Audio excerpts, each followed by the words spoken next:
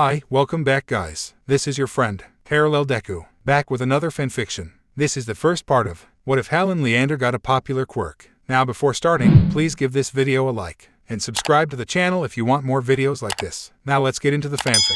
It all began in KK City in China with the news that a bioluminescent baby was born. After that, exceptional individuals began popping up all over the world. The cause was unclear. Time passed and the exceptional became the norm. Fantasy became reality. At present, 80% of the world's population consists of superhumans with special abilities. The world is in chaos, and a profession that everyone once only dreamed about entered the spotlight. Along with the exceptional abilities came an explosion in the crime rate. While nations struggled to overhaul their legal systems, brave individuals took up the mantle of heroes straight out of the comic books, protecting the people from evildoers. With public support, some quickly acquired the right to serve as heroes in an official capacity. Depending on their performance, they have the potential to earn government pay, fame, and glory. And that was what led several to the location that Midoriya currently found himself in. It was only the first week of school, just the third day in class, and already he was feeling the pressure. After the mock tag team battles from the day before, the whole class had a pretty good understanding of each other and their abilities, just as their teachers did. Day 3 started, though, with an announcement that none of them had been expecting. So, we have a new student joining our class today. It was the first thing Aizawa said to them after taking roll. Several of them had noticed the addition of another desk to the classroom when they had walked in, but no one had said anything.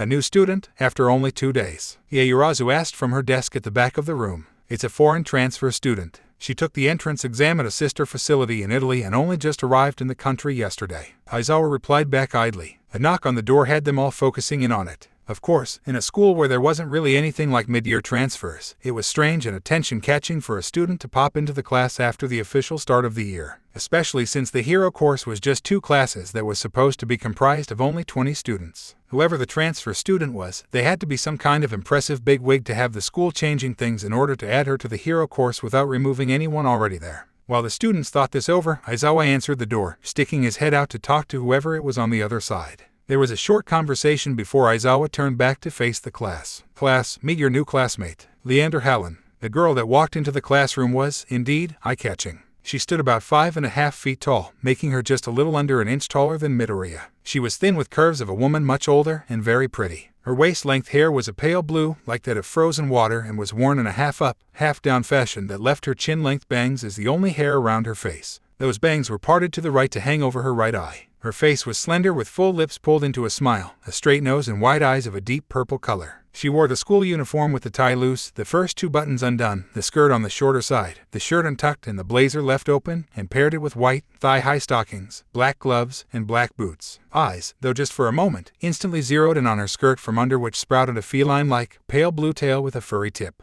Overall, she was pretty and, despite the tail, looked like any non-mutant type human. But it was the way in which she entered the class that made the students stare. The girl walked into the class with a natural sway to her hips, her eyes directed straight ahead, her chin high, and her shoulders set straight. She walked like a girl who knew she was the hot gossip, her posture brimming with self-confidence while her smiling expression suggested that she didn't notice, or care, that she had all eyes glued to her. She came to a stop beside Aizawa, one hip jutting out while she grasped her bag with both hands behind her back. Leander comes to us from Rome and is new to Japan, Aizawa told them, turning to the girl at his side. Say something. It's a pleasure to meet you all. Please call me Halyn, she said politely, her accent rolling some of her letters. She bowed slightly to the class and gave them all a bright smile. Very good, now take your seat. You'll be sitting behind Todoroki, Aizawa told her. Yes, sir, Halyn replied. Halyn slipped between the desks, taking her seat at the very back of the classroom. As she sat, her tail curled around her waist, making sure that she didn't sit on it. Once she was seated and the class's attention had returned to Aizawa, class was started. The regular morning classes passed pretty much the same as they always did. Each teacher made it a point to call on the new student, testing to see what she knew. The girl was pretty decent, though she excelled in foreign languages. Kind of fitting of someone who came from a country where today's youngsters spoke several different languages, including English. When afternoon classes rolled around and All Might took over for combat training, Halyn seemed just as thrilled about being able to put on her costume as any other student would be. When she came out to join the rest of the class, all eyes became glued on her. After the debut of the R-rated hero, Midnight, whose outfit had left little to the imagination, regulations on just how much skin could be revealed by a costume had come into play. It only took one look at Halyn and her costume for them all to know one fact. Halyn was flirting with the line between what was acceptable and what wasn't. She came strolling out in nothing more than a strapless, bra-like top and high-rise, panty-like bottoms, both in a royal blue with a sleeveless, cropped, black hoodie worn over them. A black belt was strapped around her waist with knives, a pole of some sort, and pouches strapped to the back and belt-like straps decorated each bicep. She had added fingerless, royal blue gloves, thigh-high silver stockings, and knee-high boots that were nothing more than straps on the sides and back. To top it off, she had covered the top half of her face with a royal blue mask. Despite the revealing nature of the outfit, she strolled out to join the rest of the class as if she had no issue with it at all, her tail swaying happily. Minda had a field day upon seeing her, his eyes going wide. In fact, all of the boys turned to look at her as she joined them. "Don't you think that's a little too little?" Halyn asked, finishing Gyro's sentence for her. "Yeah," Gyro confirmed. "You know, without the hoodie, yeah, but I'm pretty comfortable in this and it falls within the limits of the costume regulations. Not to mention that, with my quirk, it has its uses," Halyn replied. Before anyone could begin to question her on what her quirk was exactly, All Might approached the class then, to explain what they would be doing for the class. Halyn, a grin on her face, jammed her hands into the pockets of her hoodie. "Today we will be testing your ability to think on your feet against real-life enemies in a game of Capture the Flag. You can go at it alone, or in teams of 2 or 3. You will have the duration of the class to capture as many of your classmates' flags as you can. You will be graded on your performance as well as how many flags you manage to capture and lose." All Might explained to them. It wasn't the most difficult objective they had been given in class, but it would be challenging, especially when they were granted the permission to use their quirks in any way they could. Halyn's gears were already turning, her eyes scanning the mock city beyond them that would serve as their battlefield of sorts. "Leander-chan." Halyn perked up, her tail giving one idle flick, before she turned to see who had called her. Uraraka, with Midoriya behind her, approached Halyn, a smile on her face. "Would you like to team up with us? Thanks for the offer, but I think I'll go at this alone. I want to be able to observe as well as participate, and that's difficult to do if I'm with a team," Halyn said honestly, not the least bit concerned with announcing her intentions. She gave Uraraka and Midoriya a smile before turning back to look at the mock city. There were several high points, but also a lot of low points. Plenty of places to lie in wait and plenty of places to ambush from. She could definitely have a wide range of fun with this location as she got a feel for her classmates and their range of quirks. The thought put a smile on her face. All Might passed out the flags they would be using, which was just basically tie-on headbands of a bright red. They were allowed to tie it anywhere on the body, but they had to use a certain knot that All Might showed them for tying it. To make it easier for others to take them, Halyn took hers and stared at it. Where on her body could she tie it that she would always be aware of it without having to consciously remind herself every second? Then it hit her. Halyn's tail gave a happy flick, but she was pulled from her thoughts when All Might announced that he was going to give them all 10 minutes to find themselves a starting point. After those 10 minutes, the race to snag other flags would begin. He called a start to the 10-minute time limit and retreated to the observation room while they ran to find the perfect spot. Since the students had full reign to use their quirks, Recovery Girl was already waiting in the observation room. Even Aizawa was there, ready to observe the students and their progress. A simple push of the button brought the many screens sprawled throughout the area to life. From one angle or another, they could see almost every student in the class. A few, though, like Toru, were really well hidden, escaping sight from their fellow classmates, as well as their teachers. Among that number of well-hidden students was Halyn. The girl had already vanished among the city. All Might had already seen a bit of how the other students thought and worked, and was curious to see how Halyn handled herself. When the 10 minutes ran out, students started moving. It wasn't long before some of the faster and stronger members of the class, Bakugo and Todoroki among them, started snagging other flags, adding them to a slowly growing collection around their necks. After only 10 minutes of playtime, every member of the class came out of hiding, the mock city becoming a chaotic battleground. Every member but one, Halyn. No matter how many screens All Might studied, he could find no trace of Halyn. Wherever the girl had hidden, she had hidden well and hadn't come out yet. That, or she had a quirk similar to Toru's, which could work to her advantage in a game like this one. Then he saw it. It was just a brief flash of blue across the screen, heading right for Minda and Zero, who were arguing and kicking up quite a racket. And then the two boys were on their faces, Halyn sitting on their backs. She snatched their flags and bolted, easily bouncing from one place to another until she was on the roof. Then she was deftly jumping from roof to roof. It was as she was running away that All Might, Aizawa, and Recovery Girl finally saw where Halyn had tied her flags. Reaching behind her while her eyes continued to constantly search the area around her, Halyn tied the flags she had just stolen ... to her tail. "It's a clever idea," Recovery Girl commented. Whether her tail is a part of her quirk or not, she would always subconsciously be aware of it and anyone or anything that could cause it harm or attack it. By tying the flags to the base of her tail, she is always constantly aware of them. Not to mention that some of the other students would be hesitant on reaching for the flags when they are that close to her backside. Aizawa said. They watched the screen as Halyn dropped out of sight between two buildings. She reappeared a moment later, stealthily peeking out around a corner, her body low to the ground and her purple eyes constantly scanning the area while her tail flicked in anticipation behind her. In that moment, she managed to look like a cat that was out on a prowl. Then her eyes landed on their next target. Kirishima. A grin curled her face and, like a cat, her whole body froze on the spot, the bottom half of her body lifting just a little bit more into the air as she prepared to ambush him. Kirishima obviously didn't see her. He was scanning the area, but he, somehow, managed to overlook Halyn, which would be his undoing in this game. The moment his back was to her, Halyn's tail flicked once, and then she was rocketing forward like a pouncing cat. Poor Kirishima went down before he even knew what hit him. A yelp of surprise left him as Halyn hit him squarely, just below the shoulder blades. The suddenly addition of her weight was enough to send his body swaying forward and off its feet. Next thing Kirishima knew, he was face first on the ground, a foot on the back of his head, keeping him in place. "Thank you," came a sing-song voice before his flag was ripped from its place around his neck. Then Halyn sprang off him, vanishing down a darkened alley between two buildings before he could react. For the most part, every time Halyn came across someone she wanted to steal a flag from, it was the same kind of attack. She would lay in wait, watching patiently for her opening, and would attack swiftly and precisely, vanishing once more before her surprised opponent had the chance to counterattack. Before the game had hit 25 minutes, Halyn had gathered a total of 4 flags, including her own. Then she came across an opponent that would be more difficult to take by surprise. Halyn, who had managed to squeeze her generous figure in a space that was about a third her size, came across Todoroki as he was walking down a back street, his eyes constantly surveying his surroundings. Halyn watched him patiently, her eyes never leaving him. As she watched him, the top half of her body sank low to the ground, her tail curling over her back as she froze in the position. It was only a brief window, not bigger than a breath, in which he turned his back to her, but Halyn took it, and took it swiftly. She exploded out from her hiding space and was already just inches behind him by the time Todoroki realized that someone was breathing down his neck. He whipped around, wide-eyed in surprise, but Halyn had already hit him, taking him off his feet. She rolled with him as he hit the ground, and quickly sprang away from him as ice sprang to life from his right hand. Another jump carried her to the nearest rooftop. Todoroki quickly got to his feet, rounding on the rooftop, but Halyn was already sprinting away, carrying 2 of his flags with her. It was in that flight that Halyn finally drew attention to herself, and it was attention she would have been better not drawing. Halyn had just jumped across a gap between 2 roofs when, out of the sight of her eyes, she became alerted to a fast-approaching opponent from her right.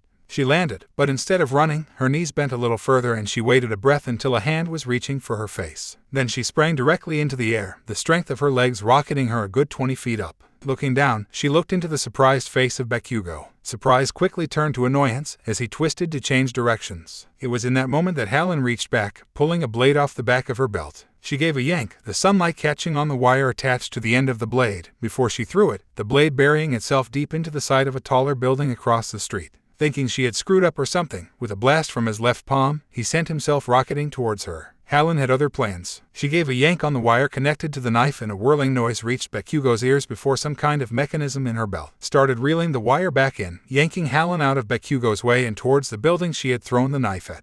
Halyn hit the building feet first, kicking off to swing herself up and onto the roof. Another pull of the wire and the knife came free, Halyn catching it. Bakugo wasn't giving up that easily. He had 5 flags and Halyn had 6 of the remaining 16. He had been following Todoroki up until she had attacked him and taken 2 of his flags. With those 2 missing, Todoroki had been reduced to just 1. That left 9 more somewhere in play, but, at the moment, Bakugo was sure that Halyn had the most. Halyn wasn't going to let herself be captured so easily, especially when Todoroki joined the fray, seeking to reclaim the flags she had stolen from him. Both of the boys landed on the roof with her in their pursuit of her flags. Halyn's head whipped back and forth as she, herself, took in the 2 boys now facing her. Instead of expressing concern, though, a grin curled her lips. She jumped into the air to avoid Todoroki's ice, and another throw of the knife and yank of the wire pulled her up to the next roof and out of the way of Bakugo's attack. The 2 boys followed her, Halyn remaining crouched, her eyes intent on the 2 in front of her. "She's very clever," Recovery Girl remarked as they watched the screens. "She's nimble and patient. Not impatient and rash like young Bakugo." All Might agreed.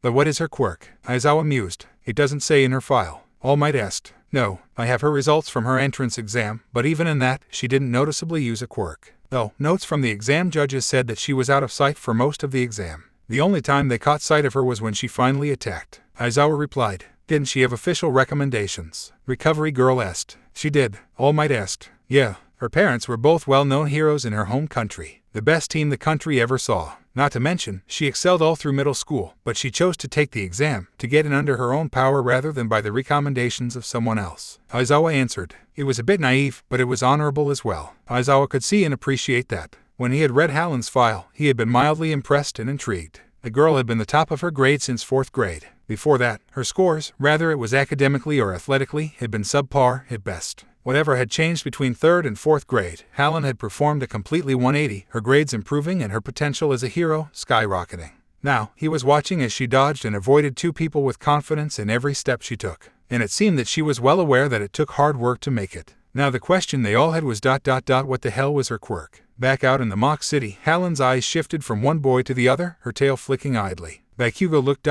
well, pissed off. His face was twisted in his annoyance. It was a shame really. Halyn was sure he would be a good-looking guy if he would relax and smile genuinely. At the moment, though, he was all eyes for her, a growl rumbling from his chest. Todoroki, on the other hand, was watching the both of them. He wasn't going to relax his guard around Bakugo just because the explosive teenager was focused more on Halyn. Halyn's eyes scanned both, her mind working through one idea after another. If she could get one to attack her, then, for a brief moment, the other would focus on him and not her. That would give her the opening she would need to avoid the attacker and escape the other. All she needed was a few seconds head start and she would be good. Now, which one could she provoke? Halyn turned her focus to Bakugo. She knew his type, was aware of what she could do to set him off, and all without saying a single word to him. So, she waited until his eyes met hers ... and she grinned, her tail curling playfully. Bakugo twitched, his face twisting just a bit more. With one eye fixed on him, Halyn raised a hand and covered a fake yawn. It was as if she was saying that both of them were too boring to bother with. And just like that, just as she planned, Bakugo exploded, launching himself at her. He roared in fury, ticked off with just that simple gesture. But Halyn miscalculated.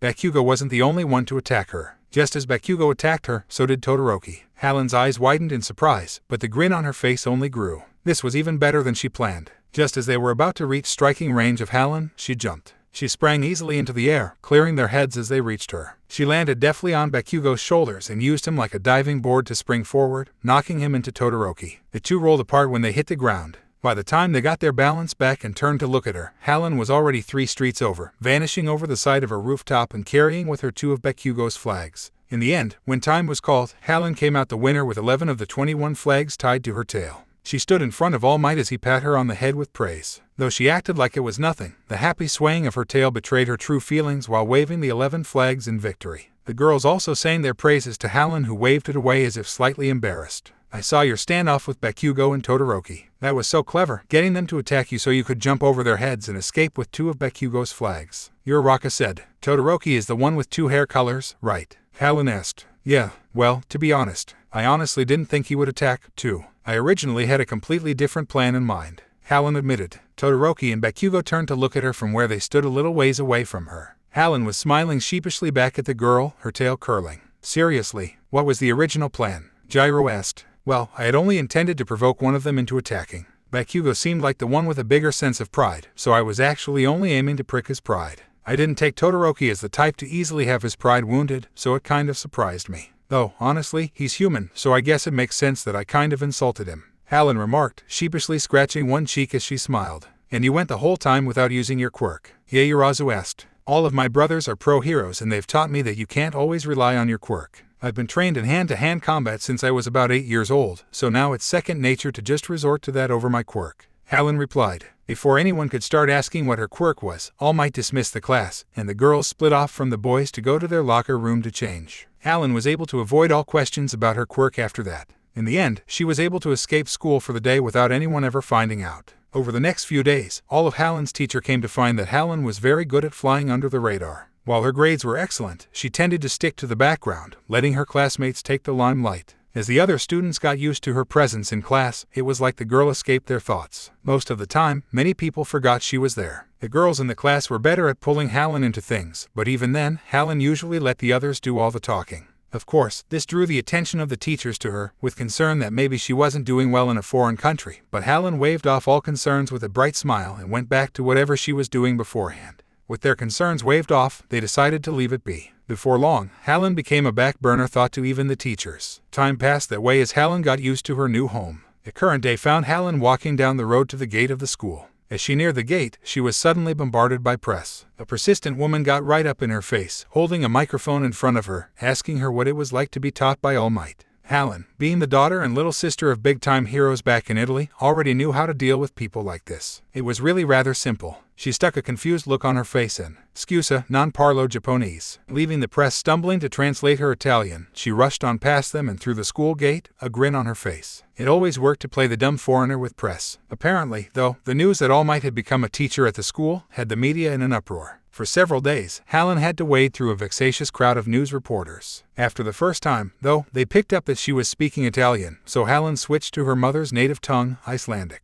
It got her past them once more, though she didn't know what she was going to do the following day if they were still there, because she was pretty sure that at least a few of them could speak English. But she could think about that the next day. Leaving the press to be held up at the gate, she hurried off to class. Everyone was up and talking when she walked in and slipped to her desk in the very back. Apparently there had been some kind of argument before she walked in about who knew her better, the guys or the girls. From what Halyn was able to gather, the two opposing groups decided that a single question about her would decide who knew her and who didn't. The question was decided by one of the only 3 neutral people in the class, Midoriya. Midoriya looked to her for help, but, curious as to where this would go, Halyn pretended to be completely lost in a book. Seeing that he wasn't going to get any help from her, Midoriya just went with the first question he could think of. After all, if the others really paid attention to Halyn, then they could answer the question. Those who couldn't answer it didn't pay attention to her. "What color are her eyes?" Midoriya asked. Those taking part in the argument all turned to stare at him. Oh, of course, you can't look at her. It was obvious, instantly, that the boys didn't have the slightest clue, and with Halyn's face hidden behind a book, they couldn't sneak a peek anyway. Kaminari turned to Todoroki then.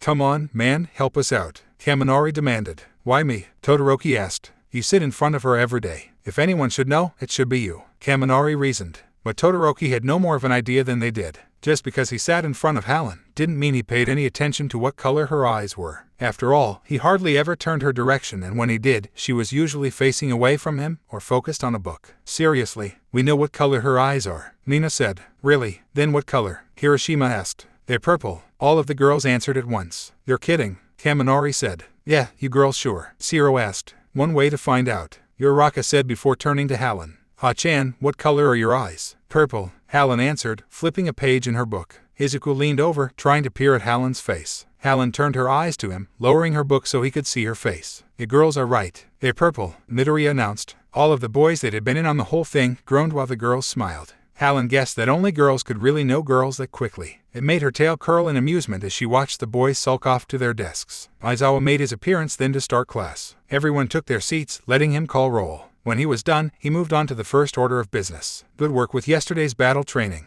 I've looked over your grades and evaluations." Bakugo looked up when Aizawa called his name. "I've said this before, grow up. Stop wasting your talent. You shouldn't have let Leander bait you like she did." Bakugo turned a glare on Halyn, who gave him a smile in return, her tail curling behind her. This only made Bakugo click his tongue in annoyance as he turned back around and gave Aizawa a sour got it. In reply, "Now, on to homeroom business. Sorry for the sudden announcement, but today." For a moment, most of the class tensed up as they automatically begun to pray it wasn't another of Aizawa's brutal pop quizzes. "You'll pick a class president. Such a normal school-like thing," came the cheer. Instantly most of the class begun to scramble to have Aizawa pick them. Halyn didn't have any interest in being the class president. She was comfortable remaining in the shadows of the class, though she was well aware that she was passing up on a good chance to stand out to recruiting agencies. In normal high schools, the position of class president was just a roll of mundane tasks to add on to an already busy school life. A job that very few actually wanted. At UA, however, the role was different. The class president in the hero course was the leader, seen as a person well suited for the position of top hero. A lot of agencies paid a lot of attention to class presidents over other students. Once again, not a position appealing to Halyn.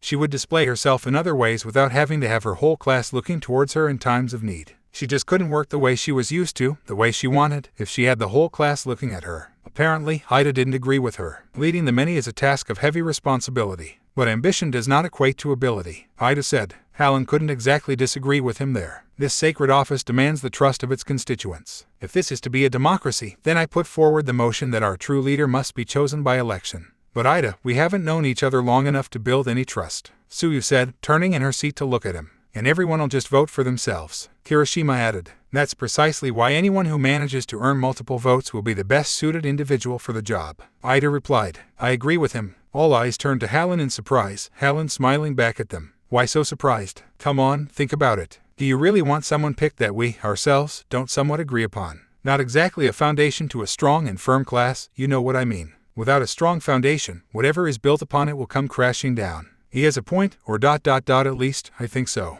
The others fell silent, seeing Halyn's point. Ida turned a grateful look on Halyn, thanking her for her support. Halyn replied with a wink. Will you allow this, sensei? Ida asked Aizawa. However you do it, just make it quick. Aizawa replied, already snuggling up in his sleeping roll. So they took a vote. Halyn, herself, ended up voting for someone else. If she ended up with any votes, it wasn't going to be by her own hand. Thankfully, she came out with no votes and Midoriya came out with the most, Yaoyorozu just behind him. Something that shocked Midoriya, who hadn't expected to get anyone else's votes. Bakugo wasn't happy either, but that was probably because he thought he should be class president and only had his own vote. Ida was also upset. 0 votes. I thought as much. This is the harsh reality of this sacred office. Ida said, head hung. So you voted for someone else? Yaoyorozu asked. You're the one who proposed an election. What exactly do you want, Ida? Sato asked. I voted for someone else, too, Halyn remarked, making Yaoyorozu and Sato turn to her. But why? Sato asked. Halyn simply shrugged her shoulders, feeling no need to answer that question. She was sure that, eventually, her motives for everything she did would come to life, but for now, she was going to keep it to herself. With the vote finished, Midoriya was declared their class president and Yaoyorozu was made their vice president. After the vote, they moved on with their morning classes. When lunch was called, Halyn collected her books and got to her feet. She had just grabbed her wallet from her bag and turned ... to find Todoroki right behind her. Halyn blinked at him in surprise. She couldn't imagine what he could possibly want from her and had only got his name out in questioning before he leaned closer to her, tilting his head to look up at her face. Halyn leaned back away from him, unable to back away with her desk right behind her, her eyes spreading open wide in surprise. What the hey is he doing? Todoroki stared her in the eye for a moment before finally turning away, muttering lowly to himself as he headed for the door. So her eyes really are purple. Halyn blinked after him, dumbfounded for a moment. All that just because he was checking to see if the girls had been right about her eye color. Japanese boys are so strange, Halyn remarked lowly. Ha-chan. Halyn looked up as Uraraka called out to her, waving a hand over her head. Come eat with us. Sure. Halyn agreed, smile on her face. She quickly joined Uraraka, Midoriya, and Ida, the 4 of them heading for the lunchroom. Halyn, as they entered the room, was once again hit with just how many students there were at UA. She quickly grabbed lunch with her classmates, the 4 finding seats at an already half-full table. The conversation quickly turned to the class election. I'm just a little worried about whether or not I can really be class president, Midoriya said. You can, Uraraka said confidently. Worry not, Midoriya, your grit and decisiveness in a pinch make you perfectly suited to lead us all. That's why I voted for you, Ida admitted. But didn't you want to be president too, Ida? You've got glasses and everything. Uraraka said. I really don't think glasses is a trait you should be looking at when you pick a class president, Uraraka. Halyn piped in with a small laugh, Uraraka complaining that she wanted Halyn to call her by her given name. Again, ambition and suitability are different matters. I humbly made the choice I felt was correct, Ida said, while Halyn gave in and called Uraraka by her first name. Humbly, Midoriya repeated. The way you talk. Ida, are you a rich kid? Uraraka asked. I don't like people to know, so I try to hide it, but ... yes. Mine is a renowned hero family, and I am the second son, Ida admitted. Well, cool, Midoriya cheered. Do you know of the turbo hero, Ingenium? Ida asked. Of course. He employs 65 sidekicks at his office in Tokyo. So you're, how very informed, Ida said as Midoriya lit up. Yes, he is my brother. He leads the people with his unwavering adherence to rules and regulations. A truly beloved hero. It's my admiration for my brother that's inspired my own desire to become a hero. Though I realize I'm not yet ready to lead anyone. As the superior candidate, it was right that the role should go to you, Midoriya. Ida gave Midoriya a smile, making Midoriya and Uraraka stare at him in surprise. Halyn just smiled herself, happy to see her classmate so passionate about his reason to become a hero. What about you, Ha-chan? What's your family like? Uraraka asked, turning to look at Halyn. Now that you bring it up, there is a question I was curious to know the answer to. Leander ... You are Italian, right? Fully, Ida asked. For one, call me Halyn. In my country, we don't use each other's surname to address them. For two, no, I'm not fully Italian. My father is Italian, but my mother isn't. I favor my mother, who's Icelandic, in appearances, so it's why I don't have the tan complexion that most Italians have. Halyn replied. As for my family ... well, it's complicated. My mother died when I was little and my father has sort of been me since. It's really just my 4 brothers and I, now. Oh, I'm sorry, I didn't know, Uraraka said. Don't sweat it, Achako. It's been a long time, so I've pretty much moved past it. Besides, my brothers are awesome and we get along well with just the 5 of us, Halyn told her, smiling brightly. But, to answer the question, I come from a family of heroes, too. My brothers, my parents, my grandparents, and even my great-grandparents are all heroes. You guys ever hear of the hero duo, Maestro Felino and Eagle Eye? I have. Their story is so romantic, Uraraka said cheerfully. They met as sidekicks and formed a company for hero teams, going into every mission together as a team. I absolutely loved the story when I heard it. I've heard of them too, Midoriya said, Ida agreeing. Yeah, well ... that's my parents, Halyn admitted. Seriously, Halyn smiled sheepishly as all 3 exclaimed this at the same time, turning to look at her. She usually didn't tell others about her parents simply because most already knew about them just from their hero names. Yeah, and my brothers are Phantasma, Catmillion, Tiger Eye, and Maximum Effort, Halyn added. Seriously, they're big-time heroes, even here in Japan. Midoriya said. I know, I usually don't talk about them, though, Halyn admitted. But why not? Aren't you proud of them? Uraraka asked. Oh, don't get me wrong. I'm very proud of my brothers and my family as a whole. I come from a long line of great heroes and couldn't be prouder. In fact, my brothers, my parents, they're my idols. Someday, I'd like to be like my mother, who defended others right down to her last breath. I'm proud, really, it's just, people tend to treat me different when they know everything. Halyn replied. If I make it anywhere in this world, I want to do it on my own 2 feet, under my own effort. Not because of who or what my friends or family are, but because of who and what I am. Does that make sense? Yeah, it does, Midoriya told her, Uraraka and Ida agreeing.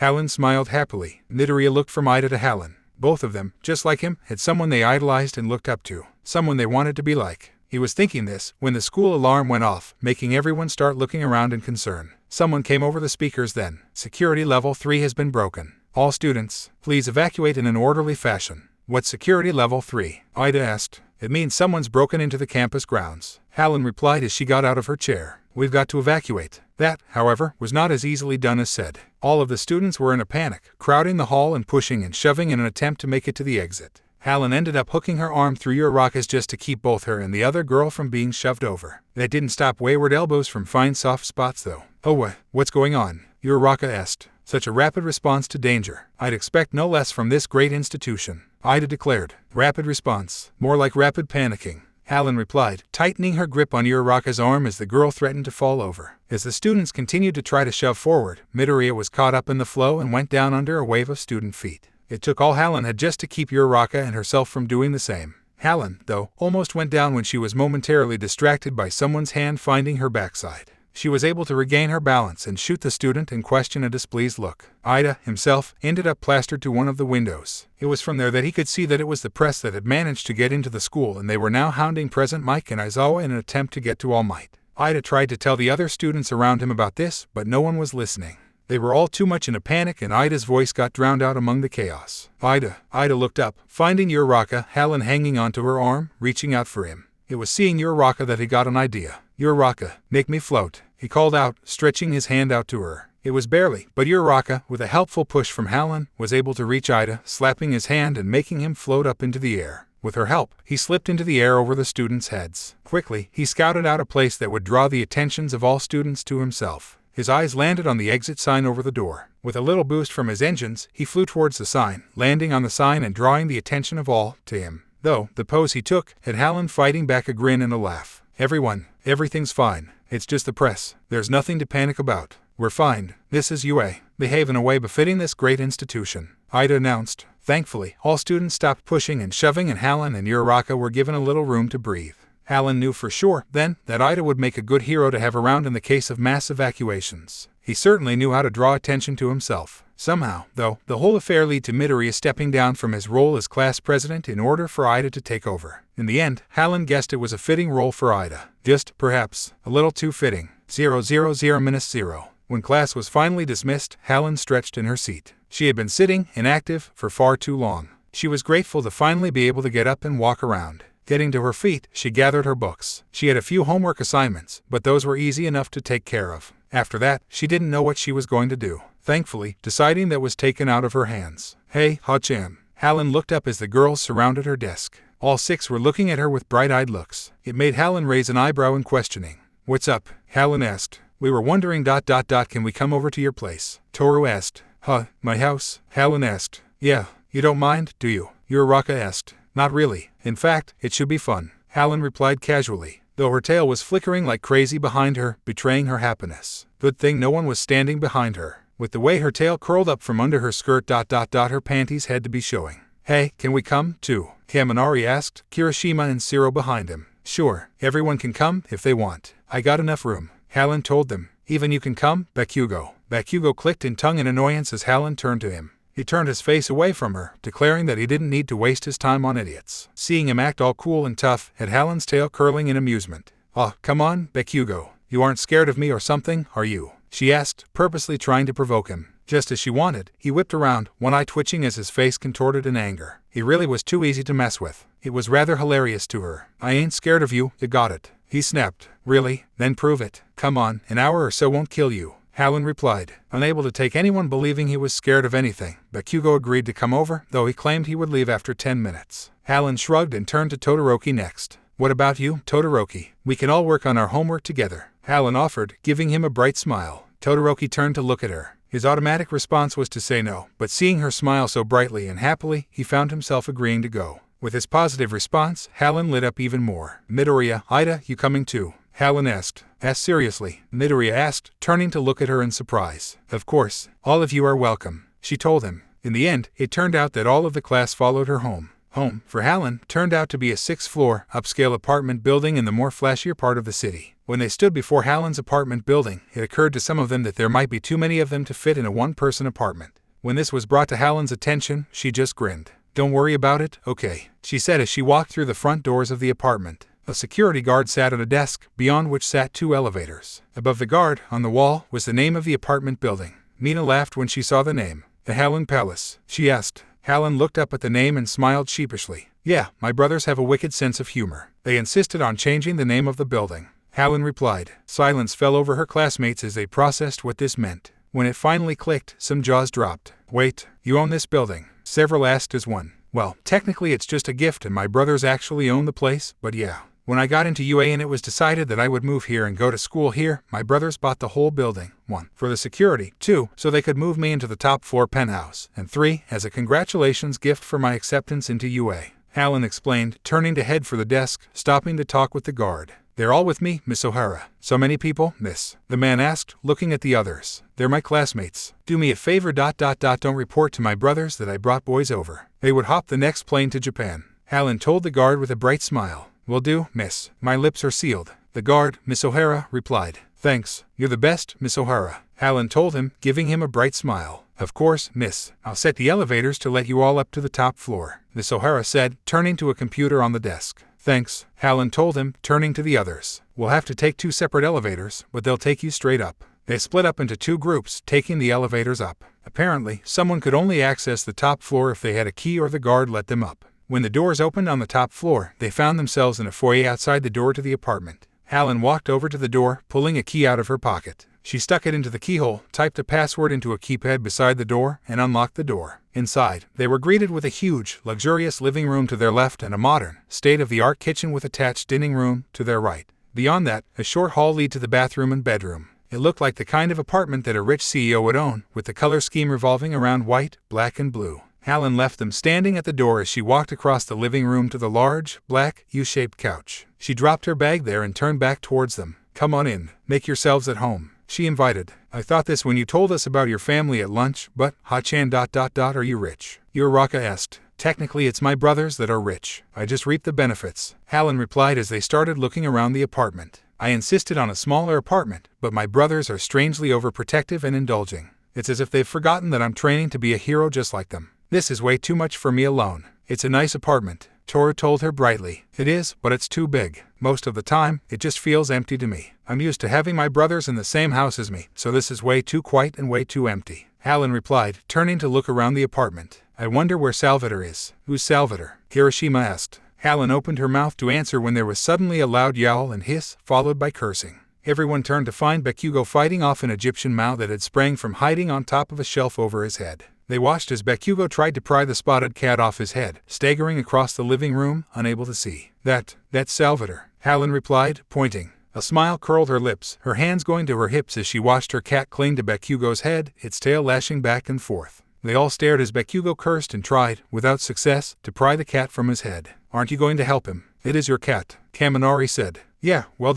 You know what they say. Cats are excellent judges of character. I guess Bakugo's character doesn't stand up to Salvador's standards, Halyn replied with a grin. Despite saying that, Halyn gave a click of her tongue that had the cat dislodging itself from Bakugo's head and darting across the room and into her arms. With a purr-filled meow, the cat curled itself into her arms, stretching to rub his head against her cheek. I'll kill the damn cat, Bakugo snapped. Only if you can catch him, and believe me, that's not easily done, Halyn replied. Egyptian mouse can reach up to 48 kilometers per hour. With a smile, she turned away and headed for the kitchen. Salvador climbed up onto her shoulder, riding there as she walked. He looked back at Bakugo, tail curling, as if he was mocking the boy, which, of course, pissed Bakugo off. Halyn left Bakugo to fume, entering the kitchen. Anyone want anything to drink? I keep a steady supply of different drinks since my brothers would clear me out when they visit if I didn't," Halyn offered. Once she had the drinks passed out, she and the others settled down in the living room. A few of them claimed spots on the couch and others on the floor while Salvador reclaimed his spot on a shelf over their heads, his eyes constantly watching the teenagers below. It was from her spot on the couch that Uraraka spotted a picture frame on the end table. "Hey, Ha-chan, who is this?" Halyn looked up as Uraraka picked up the picture frame, turning it for her to see. The picture inside showed a couple. The man was tall, modestly muscled, tanned, with dark blue hair that bordered on black. He had golden eyes with slit pupils and cat ears and a tail that matched his hair and color. He had his arm around a young woman that, aside from hair color, the lack of a tail, and the slit pupils in her eyes, looked exactly like Halyn.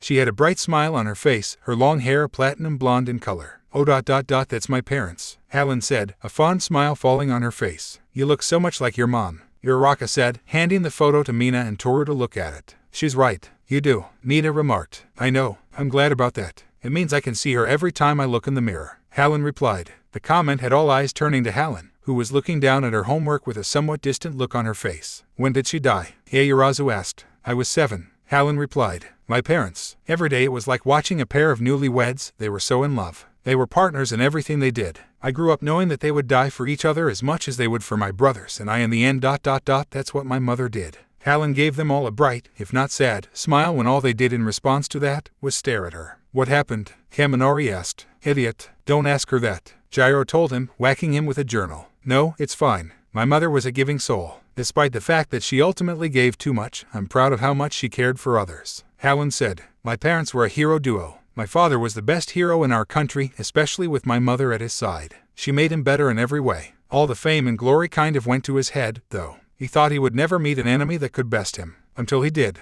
I think I know this story," Midoriya remarked. Maestro Felino went up against the leader of a crime syndicate and was about to lose when Midoriya cut off, Halyn giving him a smile when he gave her an apologetic look. She shook her head, silently telling him that it was all right. "When my mother, the hero Eagle Eye, stepped in, taking the blow that was meant for my father," Halyn finished. "So you didn't lose your dad that day, but your mother instead," Kirishima said. "Oh, no, don't misunderstand. I lost both of my parents that day," Halyn told him, shaking her head. "He's alive somewhere out there, my father that is, but he was never the same after my mother died. The man I knew and idolized was gone. And then, after her funeral he simply just vanished, leaving me on my own." Halyn shrugged in a what can you do kind of way. After so long, she had probably come to terms with the neglect of her father. Hearing all this drew Todoroki's full attention to her. It was a sad and awful thing, but Halyn just smiled, as if the world still looked bright. She wasn't going to let the bad things cloud her bright future. "But that's all water under the bridge now. My brothers and I do pretty well for ourselves. I've come to terms with the fact that he left. Whatever his reasons may have been, it was a choice he made and something I have to live with. Might as well make the best of it, yeah."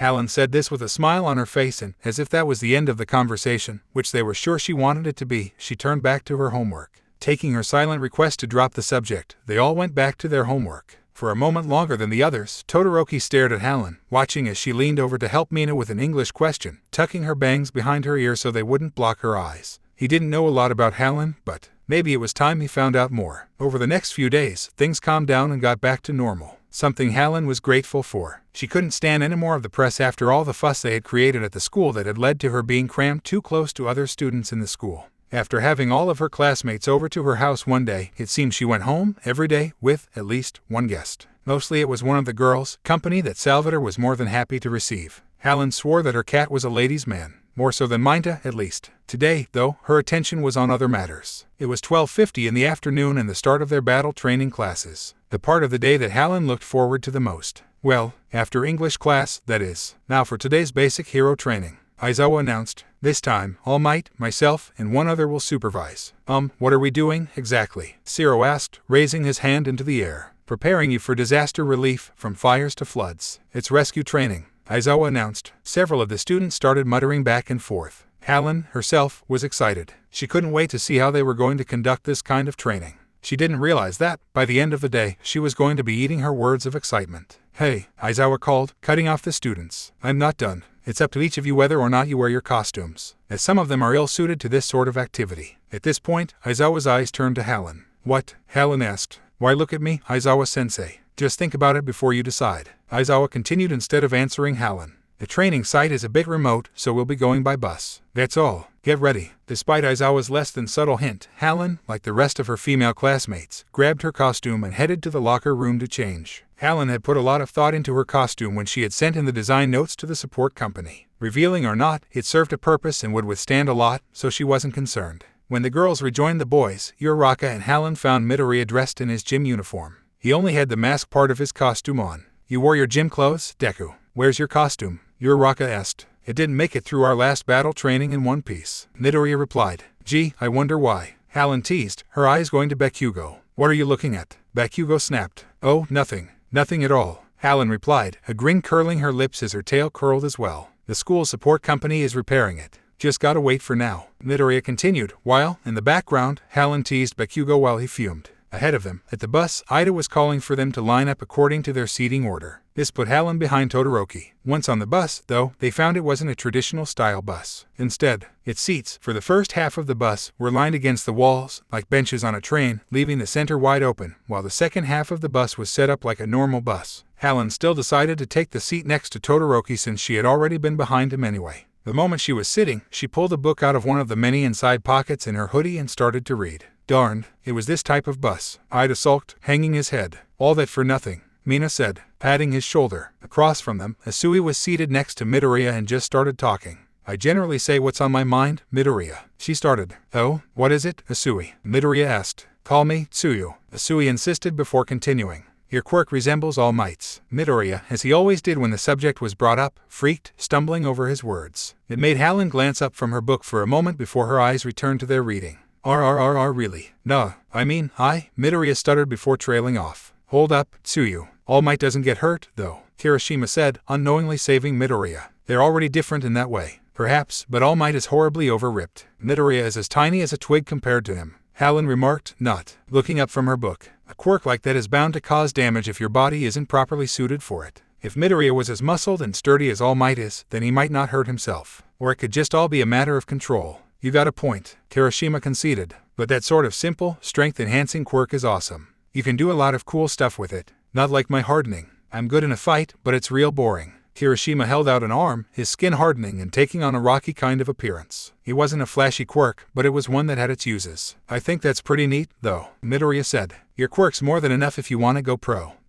But don't forget that heroes also have to worry about popular appeal. My naval laser is both strong and cool. Perfect for a pro, Aoyama said proudly. As long as you don't blow up your own stomach, Mina reminded him. The look that Aoyama gave Mina was not pleased nor pleasant. You want to talk strong and cool. That'd be Todoroki and Bakugo. Bakugo looked up when his name was said, but quickly looked away, clicking his tongue in annoyance. Beside Halyn, Todoroki, who had his eyes closed as if he was resting, didn't react in any way, just continued to rest. But Bakugo's so unhinged. He'd never be popular, Asui remarked. What'd you say, frog face? Bakugo snapped, flying to his feet. See, Asui said, proving her point. We've only barely started socializing and already you've made it abundantly clear to us the unpleasantness of your steamed turd of a personality. Kaminari told Bakugo. Yeah, okay, Mr. Vocabulary. How about I pound you? Bakugo retorted. You're only proving their points, Bakugo. Halyn remarked. No one asked you. Bakugo snapped at her. Speaking of quirks, Kirishima said, turning to look at Halyn. What's yours, Leander? All eyes turned to Halyn. Even Todoroki opened his eyes to peer at her. Halyn looked up from her book, humming and questioning before she smiled.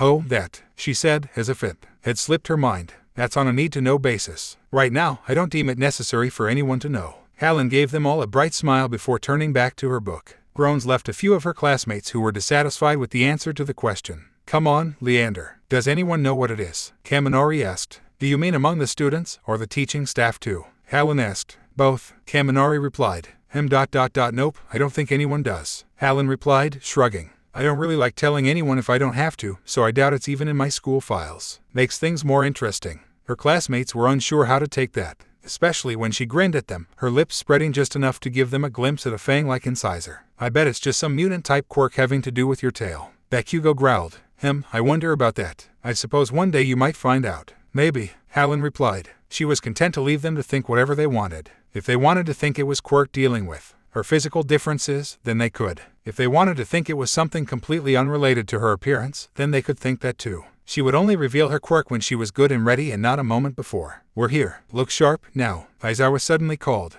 The site they found themselves at when they exited the bus and entered the building was a space comprised of several different types of disaster zones. There was a zone made up of buildings on fire, another made to simulate a landslide, another for an earthquake and flood, and so on. One student made the joke that it looked like Universal Studios Japan. It was there that they met the hero, 13. Every disaster and accident you can imagine. I built this facility myself. I call it the Unforeseen Simulation Joint. 13 told them. USJ ... just like Universal Studios Japan. Funny, Halyn remarked, amused. While the students stared at their new surroundings, taking in the different zones laid out before them, Aizawa approached 13. 13, where's All Might? I thought he was meeting us here, Aizawa said, looking around for the massive blonde. About that, Senpai ... it seems he just about reached his limit during his morning commute. Halyn looked up in time to catch 13 holding up 3 fingers. As Halyn's curiosity grew, her tail gave a single, idle flick. He's resting in the break room. The height of irrationality. So be it, Aizawa said. Let's get started. Before we do, I have 1 or 2 points. 13 said. Or 3 ... 4 ... Lots of points, we get it, Halyn said, smiling in amusement as she braced her hands on her hips. 13 gave a small laugh, but quickly turned serious once more. As I'm sure many of you are aware, my quirk is called Black Hole. It can suck in and tear apart anything, 13 explained. And you've used it to save people in all sorts of disasters. Midoriya piped in. Indeed. However, my power could easily kill. I've no doubt there are some among you with similar abilities, 13 said, the seriousness of the words falling over the students before 13 took a bow. That is all. I thank you for listening. The others gave 13 a round of applause. Ready to get things on the way, Aizawa, who stood at the rail overlooking the main plaza of the facility, drew attention back to himself. Great. First off, Aizawa was cut off when something down in the plaza drew his attention. Halyn, who happened to be standing near him, instantly saw what drew his attention. Down in the plaza, a small, black swirling mass begun to form. From the center of the mass came a hand and then a person, and another after that, and more people after that. From the black mist came person after person. Halyn had a horrible feeling about this and Aizawa shared her sentiment. Huddle up and don't move, he yelled. Most of the students were slow to respond, unsure of what was going on. 13. Protect the students. Some of the students still didn't get what was going on. What the heck's that? More battle robots, like during the entrance exam. Kirishima asked. Don't move. Those are villains. Aizawa yelled at them, pulling his goggles on. Before Halyn's eyes, the black mist came together, forming a humanoid shape with some kind of metal neck guard showing where a neck should be. It was this person made of mist that spoke next. 13. An eraser head, is it? According to the staff schedule I received the other day, All Might is supposed to be here, he said. Of course, that whole incident was the scum's doing, Aizawa remarked. Halyn wasn't focusing on that or the mist man. Her eyes, instead, were drawn to a man standing beside the mist man. Overall, even though she couldn't see his face, she would have placed him somewhere in his 20s and he was covered with some kind of hands. She didn't know if they were real or not, and truth be told ... she didn't want to know. All she knew was that one of those hands covered his face, keeping them all from seeing what he actually looked like. Though she wasn't fond of the fact that they both had the same shade of blue hair. Where is he? We've come all this way, and brought so many playmates, he said, his head whipping back and forth as he peered past the fingers of the hand on his face. All Might ... the symbol of peace ... is he here? His next words sent a chill down Halyn's spine. I wonder if some dead kids will bring him here. Halyn felt the chill claw its way down her spine and had to suppress a shiver. She had no doubt in her mind that this man meant what he said. They were there for All Might, and if they didn't get him, they would attack the students. As the seconds ticked by, more and more villains came through the black mist. There were so many and they only had 2 pro heroes on their side. Villains? No way. Would villains be dumb enough to sneak into a school for heroes? Someone asked from behind Halyn. Sensei, aren't there intruder sensors? Iwarazu asked. Yes, of course there are, 13 replied. It has to be the quirk of one of those villains blocking the sensors. Halyn remarked. She's right. Are they only here or also at the main building? Either way, Leander is right. If the sensors aren't working, it has to be one of their quirks that's doing it. Todoroki agreed. Like Aizawa-sensei said before we came here ... this place is remote and these villains obviously picked a time when there'd be few people here, aside from ourselves. Halyn remarked. They're more clever than they seem and obviously must have an objective. It's too well coordinated of an attack to be anything else. Aizawa glanced at Halyn before turning his attention back to 13. 13. Begin evacuation. And try calling the school. One of these villains must be jamming the sensors. There's a good chance one of their electric types is causing the interference. Kaminari, try using your quirk to signal for help, Aizawa ordered. Got it, Kaminari replied. But sensei, you can't fight them all alone, Midoriya insisted. Against the many ... even you can't nullify all their quirks. As Eraserhead, your fighting style involves erasure and a quick binding capture. Head-on battle isn't. No good hero is a one-trick pony, Aizawa told Midoriya, cutting him off. 13. Take care of them. With that, Aizawa jumped down the stairs and into the fight. Despite being a hero that specialized in sneak attacks, Aizawa handled himself just fine. Halyn was positive about his success at defending himself. Or, at least, she prayed that he would continue to have such success. Well, he can hold his own even when outnumbered, Midoriya said. He wouldn't be much of a seasoned pro if he couldn't. Halyn told Midoriya, grabbing his arm to turn him to follow the others. They needed to get out of there because they would only get in the way and distract Aizawa. The mist man, Kurogiri, had other ideas, thought. As quick as lightning, he appeared in their way, blocking the door out of the USJ. I won't allow that, he said, bringing 13, Halyn, and her classmates, all to a stop. Greetings, we are the League of Villains. Forgive our audacity, but today, we've come here to UA High School, this bastion of heroism ... to end the life of All Might, the symbol of peace. We were under the impression that All Might would be here today ... but it seems his schedule was revised. Well ... and no matter. My role remains unchanged. Before anyone else could react, Bakugo and Kirishima attacked Kurogiri. Kurogiri reacted quickly, dodging the two attacking boys. Not if we end you first. Bet you didn't see that coming, Kirishima said. That was close. Yes, students though you may be, you are the best of the best, Kurogiri admitted. No, get back. Both of you. 13 called. Halyn moved just about as fast as she could, but she wasn't fast enough to avoid what happened next, and nor were the rest of her classmates. Kurogiri's mist spread out, covering them all. Some of her classmates grabbed onto each other, trying not to get separated. Shoji reached out, trying to grab Halyn, but he was a moment too slow. To Halyn, it was like her world went black for just a brief moment, and in the next breath, she was falling through the air. With her balance off, Halyn flailed, trying to get her balance back in order to land on her feet. Instead, she landed on something that she was sure was human. There was a grunt as whoever it was collapsed to the ground under her weight. Okay, that was not fun, Halyn remarked, pushing herself up. When she looked up, she found herself in the last place she really should be. Leander, Aizawa-sensei. Halyn looked up ... to find herself in the middle of the fight between Aizawa and the villains, and the person she was sitting on ... was one of the villains. Halyn looked back and forth, her eyes flying past Aizawa and up towards the exit of the USJ, where Kurogiri was facing off with 13 and whatever students remained up there. Son of a, he teleported me, Halyn retorted, displeased with her current situation. So displeased that when the man under her started to threaten her to get of him or he'd hurt her, she slammed the heel of her boot into his cheekbone to shut him up. The hit was so hard that the man was knocked unconscious. With that, she climbed off of him, dusting herself off. Hell's bells, she hissed, rubbing the base of her tail. Aizawa's eyes widened as two villains charged Halyn from behind. He barely got her name out in warning before Halyn whipped around, as if she had been aware of their presence the whole time. The first man was already stretching a hand out, reaching for her. She grabbed the wrist of that hand, her other hand grabbing his belt. Twisting, she knocked his ankles together, taking his feet out from under him. Using his own falling momentum against him, Halyn twisted and threw the man back at his comrades with an ease that spoke of practice throwing people larger than she was. Without stopping, Halyn turned on her second attacker, quickly noting that the man had large, bat-like ears on the sides of his head and that his eyes were closed, as if he didn't need them to see. Taking a gamble that he used his ears to track, Halyn took a deep breath in, waiting until the man was right on top of her, before she let out the most unholiest of screeches right in his face. Everyone around her, even Aizawa, was forced to cover their ears. The man with the bad ears, however, hit the ground, twitching as he covered his ears. Halyn, as part of a family with a long line of mutant-type quirks, knew better than most the sensitivity that came with ears like the man's. She also knew that she had a screech straight from hell. Her brothers had told her that plenty of times growing up.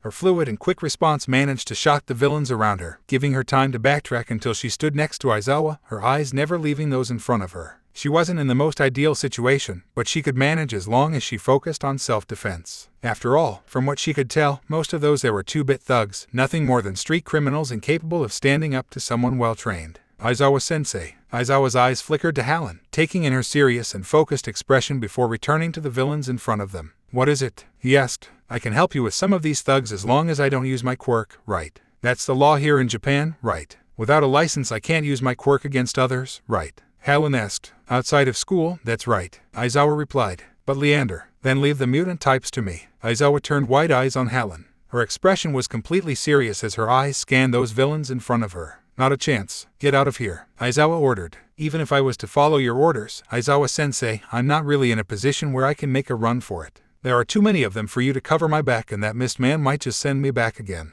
Halyn reasoned. She met Aizawa's eyes as he debated it. Trust me, Aizawa-sensei. I've been trained to fight mutant types since I was little. I'm more than capable of defending myself without the use of my quirk. My family saw to that. We don't really have much of a choice, do we? Aizawa saw her point. Already, the villains had surrounded them, blocking off Halyn's path of retreat. She would have to go through about 24 villains anyway, just to get back to 13. And Halyn had a point. He had seen her in action in battle training. The girl was quick, clever, capable of making on-the-spot decisions and reacting quickly to a fast-approaching threat. She was among the best hand-to-hand combat specialists he had seen to date and had the observing talent of her mother as she had displayed in the short confrontation with the two that had attacked her. His choice obvious. "All right," he told her, "but if you see an opening, you get out of here." "Yes, sir," Halyn replied, taking her battle stance, her tail flicking once in anticipation of the fight. She was nervous, a little unsure, and horribly outnumbered, but she had her teacher at her side and years of combat training under her belt. And if she was being honest, this wasn't even her first confrontation with a villain.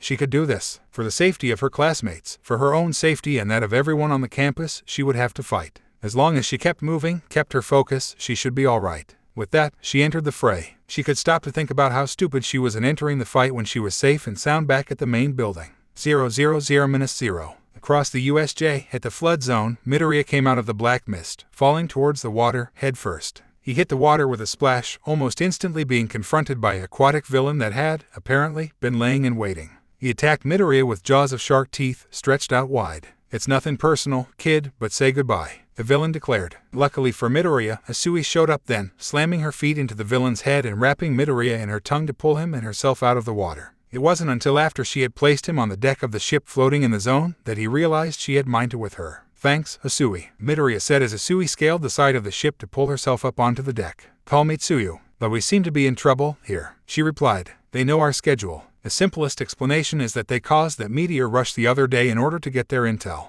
It's like Leander said ... they've been waiting for this chance ... and they prepared for it well," Midoriya said. But, there's no way they could ever kill All Might. He'll thrash him once he gets here." "Bam, pow," Mineta insisted. "Mineta ... they must have figured out a way to kill him," Asui replied. "Otherwise, why come here just to get beaten? I wouldn't put it past them. That one guy promised to kill us too, after all. Who says we can even hold out until All Might gets here? Even when he does show up ... who says he won't be killed?" This only served to freak out Mineta even more. It was made worse when they looked over the side of the deck to find that it wasn't just one villain down in the water. There were several waiting in the water. Midoriya started muttering to himself as he walked his brain through their current situation. These villains were after All Might's life. Midoriya knew there had to be a reason behind their interest in All Might and that it couldn't simply be because he was a hero that stood against villains. They would be after all heroes then. Was it because he was the symbol of peace? No, he was sure there had to be a specific reason, but he couldn't figure it out. That could wait for another time. For now, they had their lives to worry about. If they ... if there's even a chance that they have a way to beat All Might, then we have to ... we have a fight to win, Midoriya declared.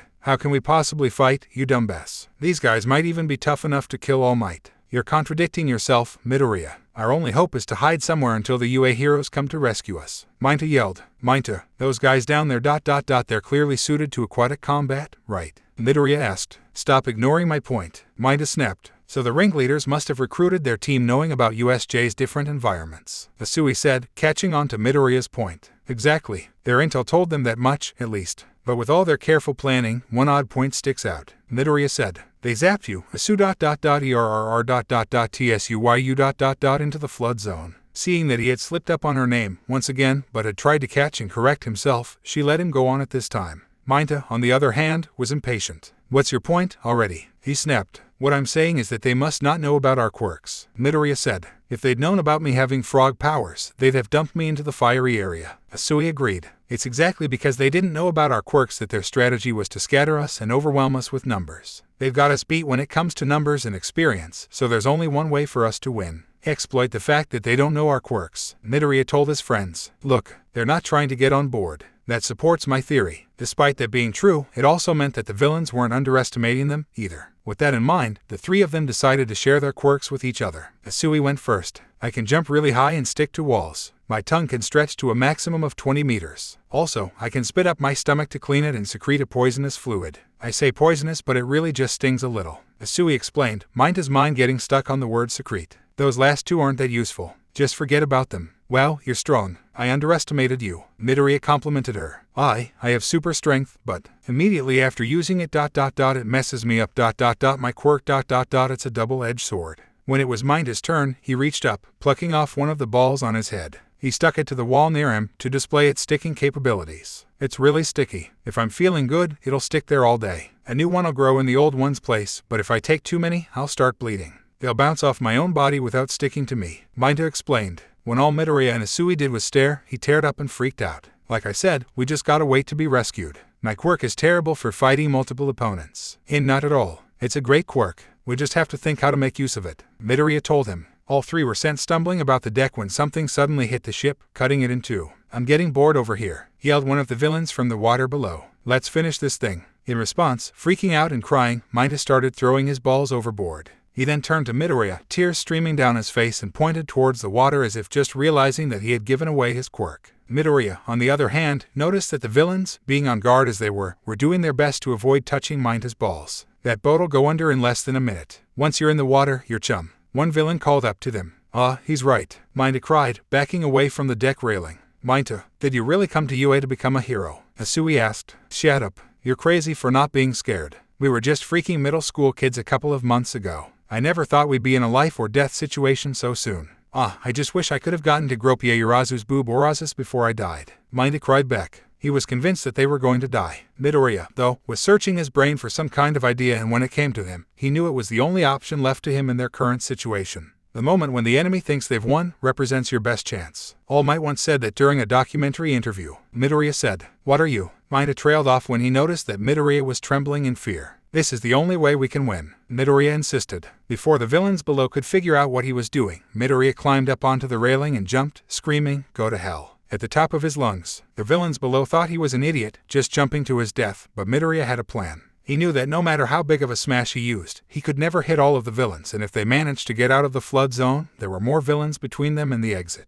He couldn't go sacrificing his whole arm just yet. So, putting his middle finger and thumb together, he focused his power into those two fingers, picturing the egg not exploding in the microwave. On the ship deck, Asui grabbed Mineta, preparing herself to jump when Midoriya released his smash. With the release of his finger, it was like a shock wave suddenly exploded into the water, sending the waves rocketing away from the impact zone. "Suyu, Mineta," Midoriya yelled. Asui took her cue, jumping. She grabbed Midoriya with her tongue, pulling him after her. As they flew over the water, Mineta threw more of his balls into the water below. As the water rushed back in on the impact zone, the balls began to stick to the villains, making them stick to each other until every one of the villains was stuck together in a large ball that they couldn't escape from. By delivering a strong shock to the water's surface, it spreads, and once it rushes back into the center. Midoriya trailed off as he watched the water crash back into the center, sending a pillar of water up into the air. "Looks like we beat our first challenge. Or something. Good job, you two," Asui told her two classmates. Once they landed in shallow water, Asui set Midoriya down, the two walking towards the shoreline while Asui dragged Mineta by his cape.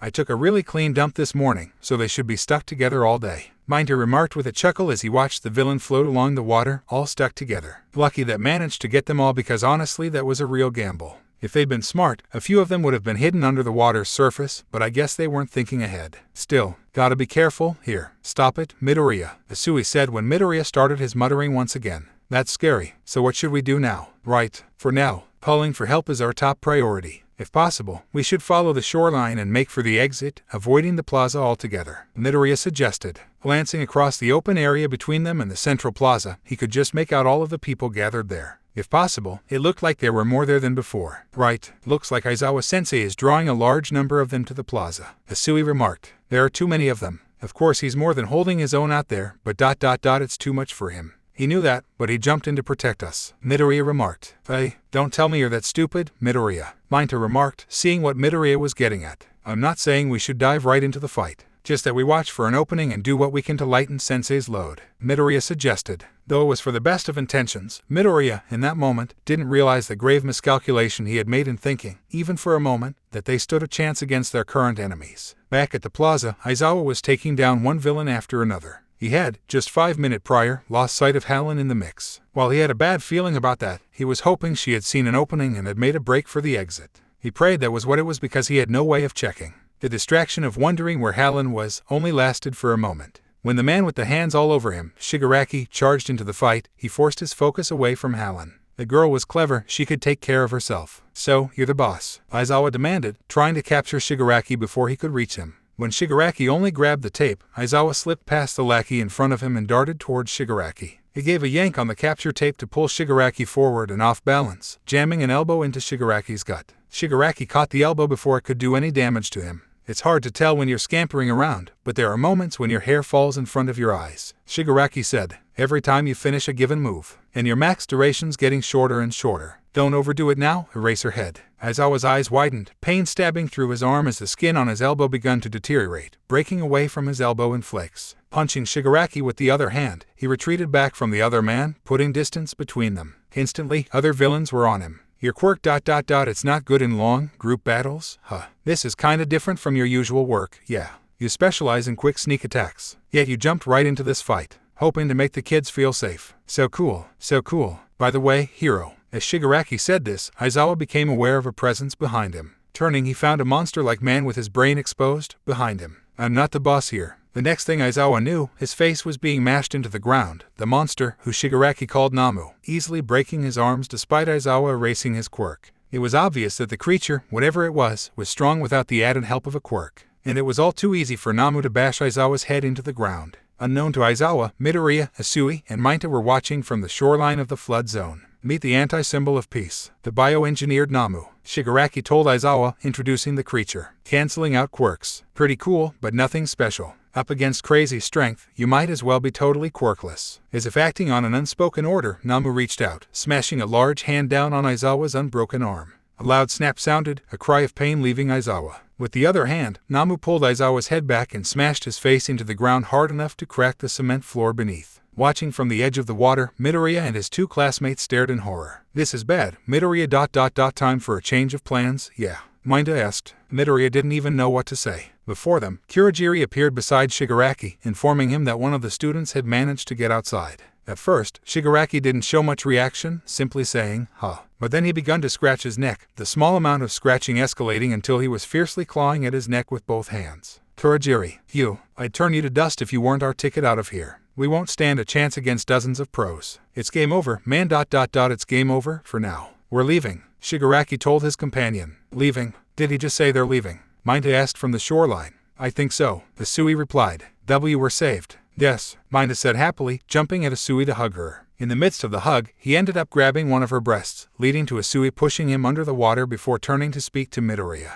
I've got a bad feeling, Midoriya, she remarked. Yeah ... To do all this ... And then just leave on a whim. Midoriya really didn't like this. Shigaraki had claimed that his goal was to kill All Might. If they were to leave then, before All Might could show up, the school was just going to be more on alert. It would make it harder to break into the school in the future. Something wasn't right here. But before that, let's leave a few dead kids, Shigaraki said suddenly, turning to where Midoriya, Asui, and Mainta were. In a flash, he was on the three, reaching for them, to wound the pride of the symbol of peace. As Midoriya watched Shigaraki reach for Asui in what felt like slow motion, the image of Aizawa's elbow deteriorating under Shigaraki's touch flashed into his head. Just as his fingers touched Asui's face, Shigaraki stopped, nothing happening. You really are pretty cool. Erase her head, Shigaraki remarked. Behind him, Aizawa had his eyes open and intent on Shigaraki, giving Midoriya and his classmates the opening they needed to react before Nomu smashed Aizawa's head into the ground, bringing an end to the effect of Aizawa's quirk. In that brief moment, Midoriya rounded on Shigaraki, pulling back a fist while yelling for him to get away from Asui. The punch landed. Midoriya was sure, his arm, thankfully, remaining unbroken. But when the smoke cleared, it wasn't Shigaraki he had hit, but Nomu, and with no damage to the creature at all. In that moment, Midoriya managed to figure out how they planned to kill All Might. Quite a move you just pulled off ... And with a smash 2 ... You a fan of All Might? Shigaraki asked. Well, whatever. Asui's tongue rocketed out, reaching for Midoriya as Nomu grabbed hold of his arm. All the while, Shigaraki reached for her and Mainta. Before he could lay a finger on either, with a resounding crash, the doors of the USJ blew in, completely flying off their hinges. Who entered through the demolished doors, had relief washing over all those who could see him. Fear not, I am here. There, standing at the top of the stairs, a fierce frown tugging down his lips instead of his usual smile, was All Might. Shigaraki's attention zeroed in on the hero with intensity. I had a bad feeling ... So I cut my talk with the principal short and came right away. Then I ran into Ida on the way. He told me the gist of what's going on here. All Might said, his anger obvious in his words. Gripping his tie, like he was about to loosen it, he ripped it clear off. It was clear that he was very angry at the treatment of his co-workers and students. With a single leap from the top of the stairs, he took down all of the small fry standing between him and Shigaraki, easily taking an unconscious Aizawa with him. Next, he flew past Shigaraki and Nomu before either could react, grabbing his three students and knocking the hand off Shigaraki's face. Next thing anyone knew, he had all three students and Aizawa clear of all enemies. Everyone, to the entrance. Take Aizawa. He's unconscious, so hurry. All Might ordered. In front of them, Shigaraki bent to pick up the hand, apologizing and calling it father before placing it back over his face. Throwing punches to save people. That's our state-sponsored violence. You're fast. Too fast to keep up with, but not as fast as expected. Could it really be true that you're getting weaker? Shigaraki asked. It's no use, All Might. That brain villain. 1-4. I mean, my attack wasn't strong enough to break my own arm, but he didn't even flinch. Up against that, you, Midoriya, kid. All Might cut Midoriya off, turning to give him a smile. Fear not. With that, All Might jumped into the fight, attacking Nomu head-on. Nomu, completely unaffected by the attack, tried to grab All Might dodging and aiming another punch for Namu's gut. Again, it didn't work. Seriously, no effect at all. All Might exclaimed. No effect, because he's got shock absorption. If you want to really damage Nomu, you'd be better off slowly ripping him apart, piece by piece. Not that he'll give you that chance. Shigaraki informed All Might. Thanks for the info. Appreciate it. All Might called back. No sweat. Getting up behind Nomu, All Might wrapped his arms around his waist and bent backwards, pulling Nomu up off his feet. The resulting crash from All Might slamming Nomu back into the ground blew a pillar of smoke straight into the air. Midoriya, who was carrying the top half of Aizawa's body while Mineta had grabbed his legs, turned to look, Mineta and Asui looking as well. How'd a suplex make an explosion like that?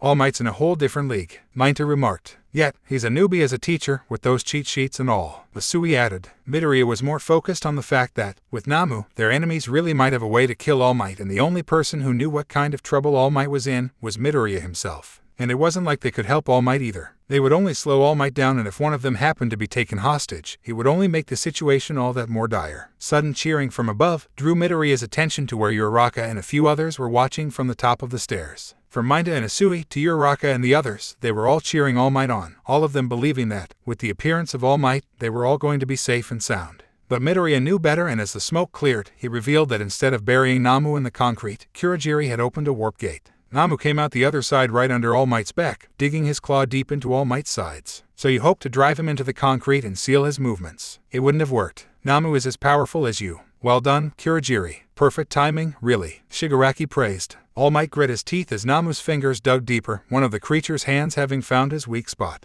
Releasing Namu's other hand, All Might focused on trying to pry free the fingers of the hand currently digging into his left side, but Namu's grip wasn't budging. Impressive, for first-time offenders ... but prepare yourselves, All Might said, trying to cover up the fact that he was really in a bad spot. I can't say I much like the idea of having blood and guts inside my gate, but if they're yours, I'll happily oblige. Kurogiri said. You see, it's Namu's job to get around that blinding speed of yours and hold you down. And it's my job to close the warp gate on you while you're halfway through and immobilized, thereby cutting you in two. Midoriya couldn't stay still any longer. Asutsuyu, Midoriya called. You finally got it right. Nice. What is it, Midoriya? Asui asked. Take Aizawa-sensei for me, Midoriya requested. Sure ... but what are you? Asui was cut off as Midoriya handed off Aizawa and turned back towards All Might. Before Midoriya knew what he was doing, he was running for All Might, intent of helping him. Before he could reach him, though, Bakugo flew into the scene, attacking Kurogiri. Get the hell out of here. Deku, Bakugo yelled, a crazed grin on his face as he finally made contact with Kurogiri. Getting a hand on the bit of armor that Kurogiri wore around his neck, Bakugo was able to pin the villain to the ground.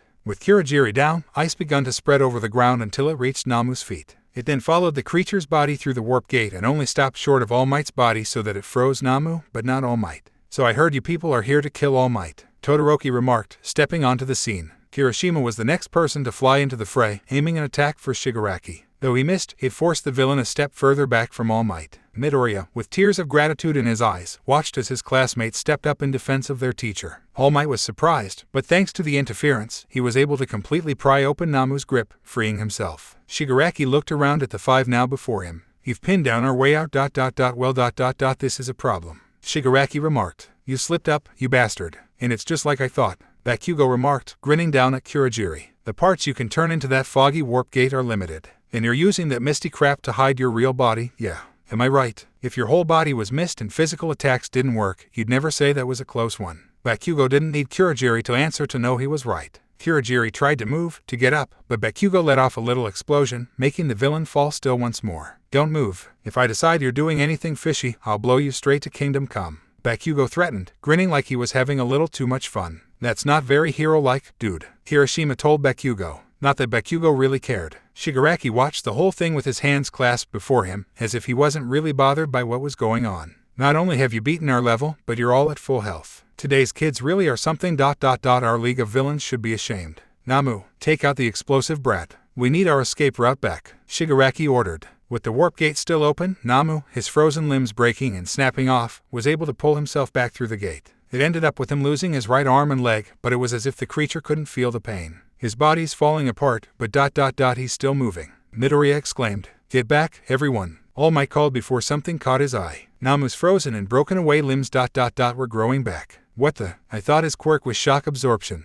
I don't remember saying that's all he can do. This is hyper-regeneration, Shigaraki remarked. Nomu is a super-powered living sandbag designed to withstand everything you've got. Nomu, as ordered, moved and moved fast. Even All Might was surprised by his speed. Seeing that Nomu really was making for Bakugo, All Might reacted. To those watching, it was just like a sudden, strong gust of air that whipped past them. 1 second, Midoriya was calling out to Bakugo in worry, and the next, Bakugo was sitting next to Midoriya. Ka-chan, you dodged that. Wow, Midoriya said in awe and surprise. I didn't. Shut up, you. Bakugo replied, still in shock at what had happened. When the smoke cleared, it became clear what had happened. When Nomu had attacked Bakugo, All Might had jumped in, taking the hit while getting Bakugo out of the way. This guy doesn't know how to hold back, All Might remarked. Anything to save a comrade, right? Just like earlier when, that one ... the plain one. He came at me with everything he had. But violence in the name of saving others is admirable, isn't it, hero? Shigaraki asked. You know what, All Might? That pisses me off. Heroes and villains both thrive on violence, but we're still categorized. You're good, you're evil. That's how it is. Symbol of peace.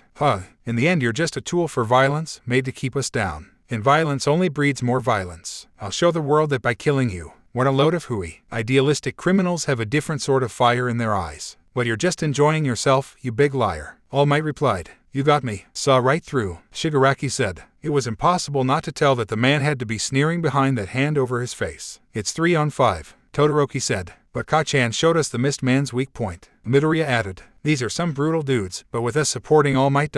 we can beat him back. Kirishima agreed. No, get out of here, All Might ordered. Things wouldn't have gone so well if I hadn't just stepped in. Todoroki told All Might. All Might, you're bleeding ... and I think your time's you. Midoriya caught himself and trailed off. In response to his concern, All Might gave him a thumbs up, silently reassuring him. Right you are, Todoroki, so thanks for that. But fear not. Sit back and watch a pro get serious. All Might told them. What happened next could be considered comical and anticlimactic all rolled into one. All Might was just psyching himself up, ready to face off with the villains when there was a sudden yell. Incoming. Watch out. All Might took a step back as something suddenly went flying past him, crashing into the ground before continuing to roll. It took them all a moment to realize that what was rolling around was a pile of fighting limbs. It was 2 people fighting, and one of them was a huge, mutant-type villain, and the other. I said get off. With a mighty heave of legs, the villain was sent rocketing off whoever he was fighting with, crashing into a wall with enough force to crack the concrete. A kick of feet brought whoever had been fighting the villain to their feet. Upon seeing who it was, several pairs of eyes widened. Leander, Halyn, who had been in the process of dusting herself off, looked up when her name was called. While her clothes were intact, the parts of her skin left bare by the clothing was bruised and cut. There were certain parts of her anatomy with such deep bruising that All Might was sure she had to either have bone-deep bruising or broken bones, despite the fact that didn't appear to be affected by her bruising one bit. Seeing the stunned faces of her classmates and one of her teachers, Halyn smiled and raised a hand in greeting. Oh, hey guys, she greeted brightly. That moment of distraction cost Halyn for, in the next instant, another villain came charging her from behind. As if she had known he was there the whole time, Halyn jumped, the powerful push of her legs launching her into the air high enough to avoid the grab the man had made for her. Acting with fast reflexes, Halyn reached back onto her belt, drawing a dagger from its sheath. As she pulled it before her, they could just detect the shine of a wire attached to the hilt of the dagger. With a flick of the wrist, she threw the dagger backwards, but the blade missed the man altogether, flying over his shoulder until it embedded itself deep into a stone wall a good 30 feet behind her. The villain laughed at her, but a smile simply curled Halyn's lips as she gave the wire a tug.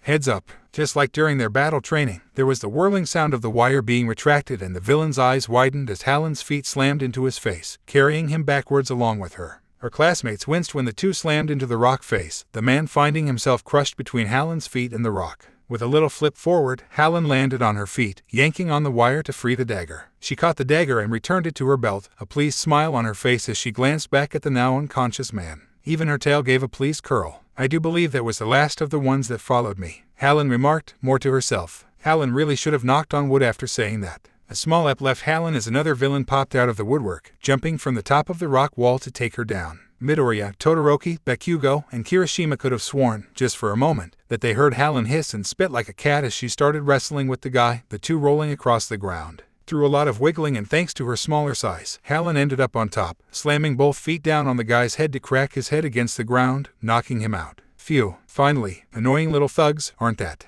Halyn remarked, getting to her feet. Annoying? You look like they handed your ass to you. Bakugo snapped at her. I was relying sorely on hand-to-hand combat. Of course I got a little roughed up. Unlike you, I don't use my quirk unless I absolutely have to. Halyn replied. Give me some credit for being able to handle multiple villains without the use of my quirk. Whatever, Bakugo snapped, scoffing at her. When he turned his eyes away from her, Halyn's tail perked up and, slowly, a grin curled her lips. Oh, can I take that scoff to mean you don't have any confidence that you could pull off the same feat? She asked. Her grin definitely could be classified as the cat that caught the canary. Bakugo's temper blew at that. He snapped around to face her and would have charged right up to her if Kirishima hadn't stopped him. Halyn turned away from him, trying to look innocent of any wrongdoing, but the mischievous curl of her tail gave her away. In the next second, Halyn cleared the grin from her face, moving her attention onto the villains at hand. So the pesky kitty found her way back. Shigaraki sneered. One of Halyn's eyebrow twitched. She wasn't particularly fond of being called kitty. Your way back? Kirishima asked. Yeah. When that warp gate man separated us, I landed in the middle of Aizawa-sensei's fight with the villains. Since my way to the exit was blocked, he had no choice but to let me fight with him. We got separated though when I got a good deal of the mutant types to follow me away since Aizawa-sensei's quirk doesn't work on them. I was more suited to fighting them anyway. Halyn answered before her eyes scanned the area around them. Where's Aizawa-sensei? He was badly hurt. Asui and Mina took him to the exit. Midoriya told her. Hurt? Halyn's attention turned to Midoriya for a moment. It was easy to see the thoughts flying across her brain as her tail slowly sank as if she was upset. I see.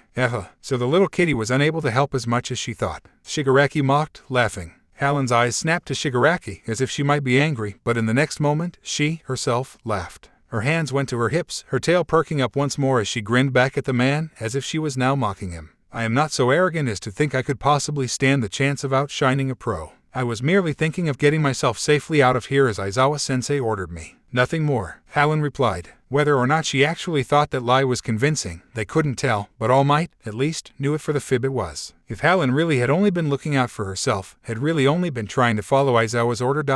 she wouldn't have come back to the plaza. Whatever she said, Halyn had been trying to help ease Aizawa's load, and when she had handled those who had been foolish enough to follow her, she had come back to help him some more, not knowing that he had already been taken down. She cared more than she was letting on. Enough chatter. Let's clear the game and go home, Shigaraki yelled, charging towards Halyn's classmates. Despite All Might being right there, Halyn reacted as if out of instinct. She rammed into Shigaraki's side before he could reach her classmates. Thankfully, she took him by surprise and was able to roll free of him before he could get a grip on her. A few leaps backwards carried her out of reach of the man until she was crouched a good 15 feet out of his reach. I don't need your help, Bakugo snapped at her. It's not exactly a response I can control. I see danger, my body reacts without my say-so. Simple as that, Halyn replied, her eyes fixed on Shigaraki, who was rounding on her, preparing to deal with her. Halyn's body tensed up, shifting until she had hands braced on the ground, her tail lashing once before her whole body drew still. All Might had seen that stance before, right before she had pounced on one of her classmates during battle training.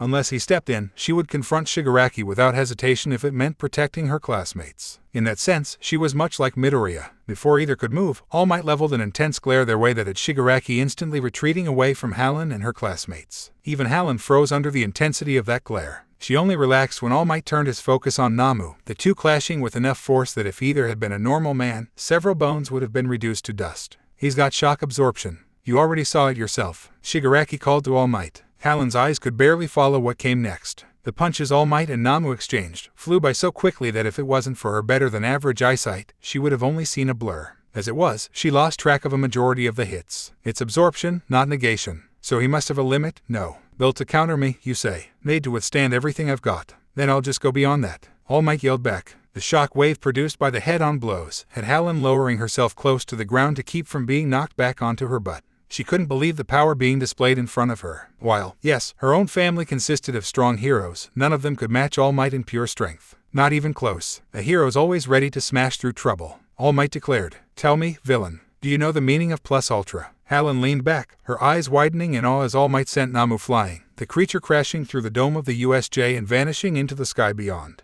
Her mouth formed an O, her tail flicking once as she continued to stare. She could never hope to stand up to such simple strength, no matter the plots she came up with. Brains could only do so much compared to Bronze. Like straight out of the comics. He just smashed his way past the absorption. The ultimate bruiser, Kirishima remarked. And against that power ... the regeneration wasn't able to keep up with the rush of attack. Yeah, I'm pretty sure I could never come up with a way to get past such power, Halyn said confidently. And she was pretty confident in that assessment. She was clever, slippery, but that would only take her so far against someone with All Might's strength. Yep, I'm slowing down. In my heyday, 5 of those punches would have been enough. But that was over 300 hits just now. All Might declared, pounding a fist against his chest. 300. Man, my eyes really are too slow to keep up with All Might. I only counted 172. When Halyn said this, all 4 of her classmates turned to stare at her. The rest of them only saw a blur. How the hell had she been able to keep up enough to count off around half of the hits All Might landed? Didn't cross their minds that Halyn was used to watching her brothers who relied more on speed than strength. Well, villain, how about we hurry up and finish this? All Might asked Shigaraki. You cheated, Shigaraki declared. You've weakened.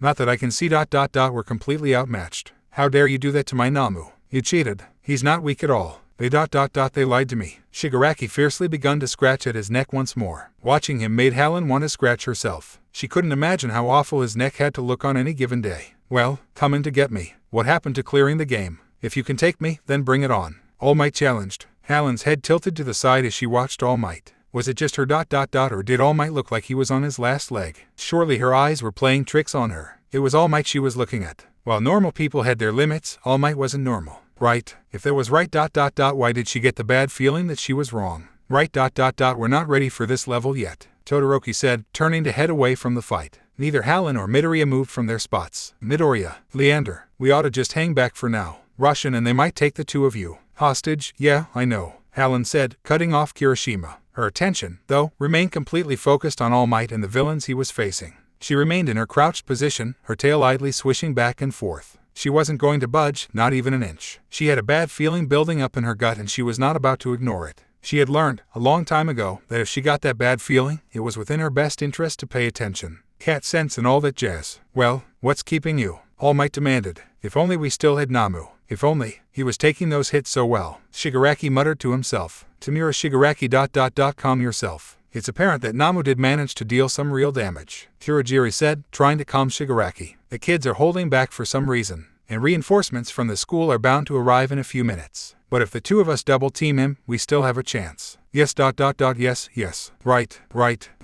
We can do this ... The final boss is standing right there, Shigaraki replied. While Midoriya, Bakugo, Todoroki, and Kirishima hadn't heard the conversation between the 2 villains, Halyn had. If anything, Halyn tensed, her resolve to stay right where she was, only growing. All Might'll take care of the big bads. Let's go see if we can help the others, Kirishima said, him, Todoroki, and Bakugo turning to walk away from the battle. When Midoriya and Halyn didn't move to follow them, Todoroki turned back to look at them. Midoriya, Leander, he called. Neither were listening. Bakugo and Kirishima turned back to look as well, noticing when Halyn tensed, her body shifting as if she was getting ready to pounce. This is revenge for Nomu, Shigaraki declared as he and Kurogiri attacked All Might as one. In the next instant, Midoriya was gone from Halyn's side, having used his quirk to rocket launch himself into the fray in order to save All Might. He yelled at the 2 villains to get away from All Might as he aimed his attack for the neck armor Kurogiri wore. In response to his attack, Kurogiri opened a warp gate, allowing Shigaraki to pass his hand through him in order to reach for Midoriya. Seeing the threat, Halyn was the next to react. Shigaraki's eyes widened as he was suddenly grabbed by the collar, Halyn suddenly jumping onto his back to pull him backwards. Fighting against the pull of her weight on his back while still reaching for Midoriya was proving to be a little more than he could handle. Shigaraki reached back, aiming to grab Halyn, but the girl was quicker. She latched onto his wrist with one hand and did something that had her classmates making faces. She bit him. Shigaraki cursed, yanking to try to pry his hand free. Halyn released his hand ... only to bit his forearm. Another curse left Shigaraki. Halyn knew it wasn't exactly the most mature thing to do, certainly not dignified, but it was distracting Shigaraki enough.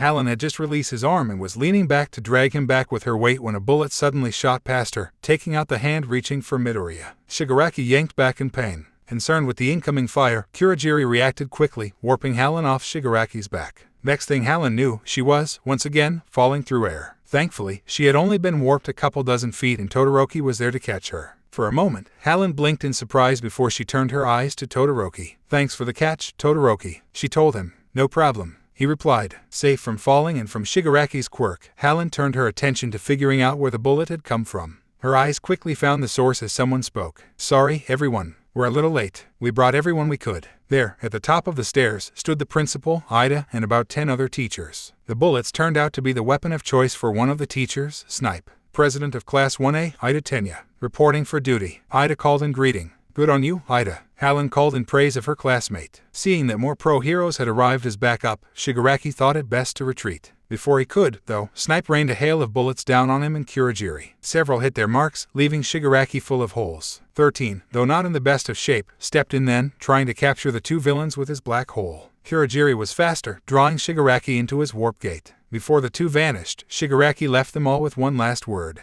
I may have failed here, symbol of peace, but next time we meet, you're dead, All Might. With that, the two were gone. While Halyn was naturally a positive person, this whole situation had left a bad taste in her mouth, and that wasn't because of Shigaraki's blood on her tongue. She had a sinking feeling that this was not the last time she was going to see Shigaraki. It was only when she tried to turn to check on Midoriya that she realized something. Todoroki was still holding her. Todoroki. Todoroki glanced at Halyn, who gave him a sheepish smile with her bruised face. You mind putting me down now? Oh, right. Todoroki set her on her feet. Once she was on her feet again, he gave her a once-over, his eyes taking in the many bruises coloring her skin. He had to wonder if she was all right, but she seemed just fine. He held his tongue as Halyn turned to Kirishima, who was hurrying over to check on Midoriya. Before a word could be said to her, she joined Kirishima, concerned for Midoriya. Midoriya, you okay? Kirishima called as the two ran towards him. Both were forced to come up short, a sound like what one would hear from a startled cat, escaping Halyn's lips when a wall of cement suddenly sprouted to being in front of them. Surprised, the two turned to Cementos, who had formed the wall. We need to make sure all you students are safe, so head over to the gate. I'll deal with the wounded, Cementos told them. Makes sense. Roger that. Come on, Leander, Kirishima said, turning to Halyn.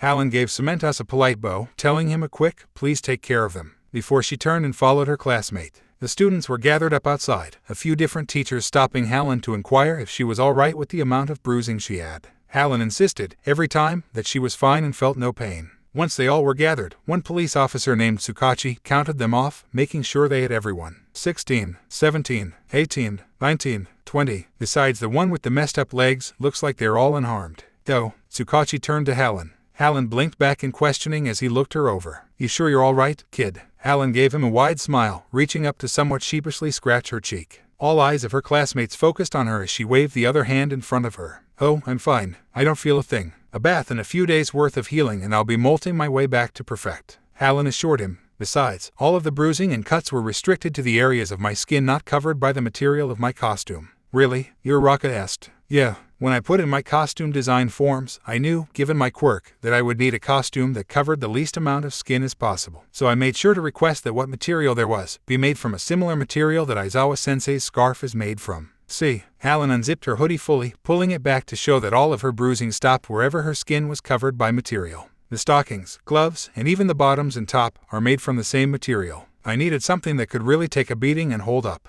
It's why I didn't understand why Aizawa-sensei looked at me when he said something about costumes not being suited for today's exercises. Wow, you really thought out your costume, Ha-chan, Isui remarked. You should see all the little goodies I requested they put in the inside pockets, Halyn said, holding out her hoodie to show off the dozens of pockets that lined the inside of the hoodie. I try not to rely on my quirk if I can help it. And you ended up in the plaza with Aizawa-sensei? Zero asked. Yeah, I was, literally, dropped right in the middle of the fight. Not exactly a pleasant experience, but definitely a learning one, Halyn replied, zipping her hoodie back up. As long as you think you're all right enough to back to school and not directly to the nurse's office, Tsukachi told her. I assure you, sir, I'm fine. I honestly don't feel a lick of pain, Halyn promised. Good. We're gonna get you kids back to the classroom for now. This is no time to take your statements, Tsukachi said, turning to look at all of the students. What about Aizawa-sensei? Is he ... is he all right? Halyn asked. She had been the one to end up with Aizawa to fight alongside him. She had also been the one to make the choice to try to lead some of the villains away. For all she knew, he could have been distracted by her sudden disappearance, leading to him getting hurt. She would never forgive herself if that was the case. Seeing how concerned she was, Tsukachi pulled his cell phone out, putting in a call to the hospital to check on Aizawa. The news he gave them was far from reassuring.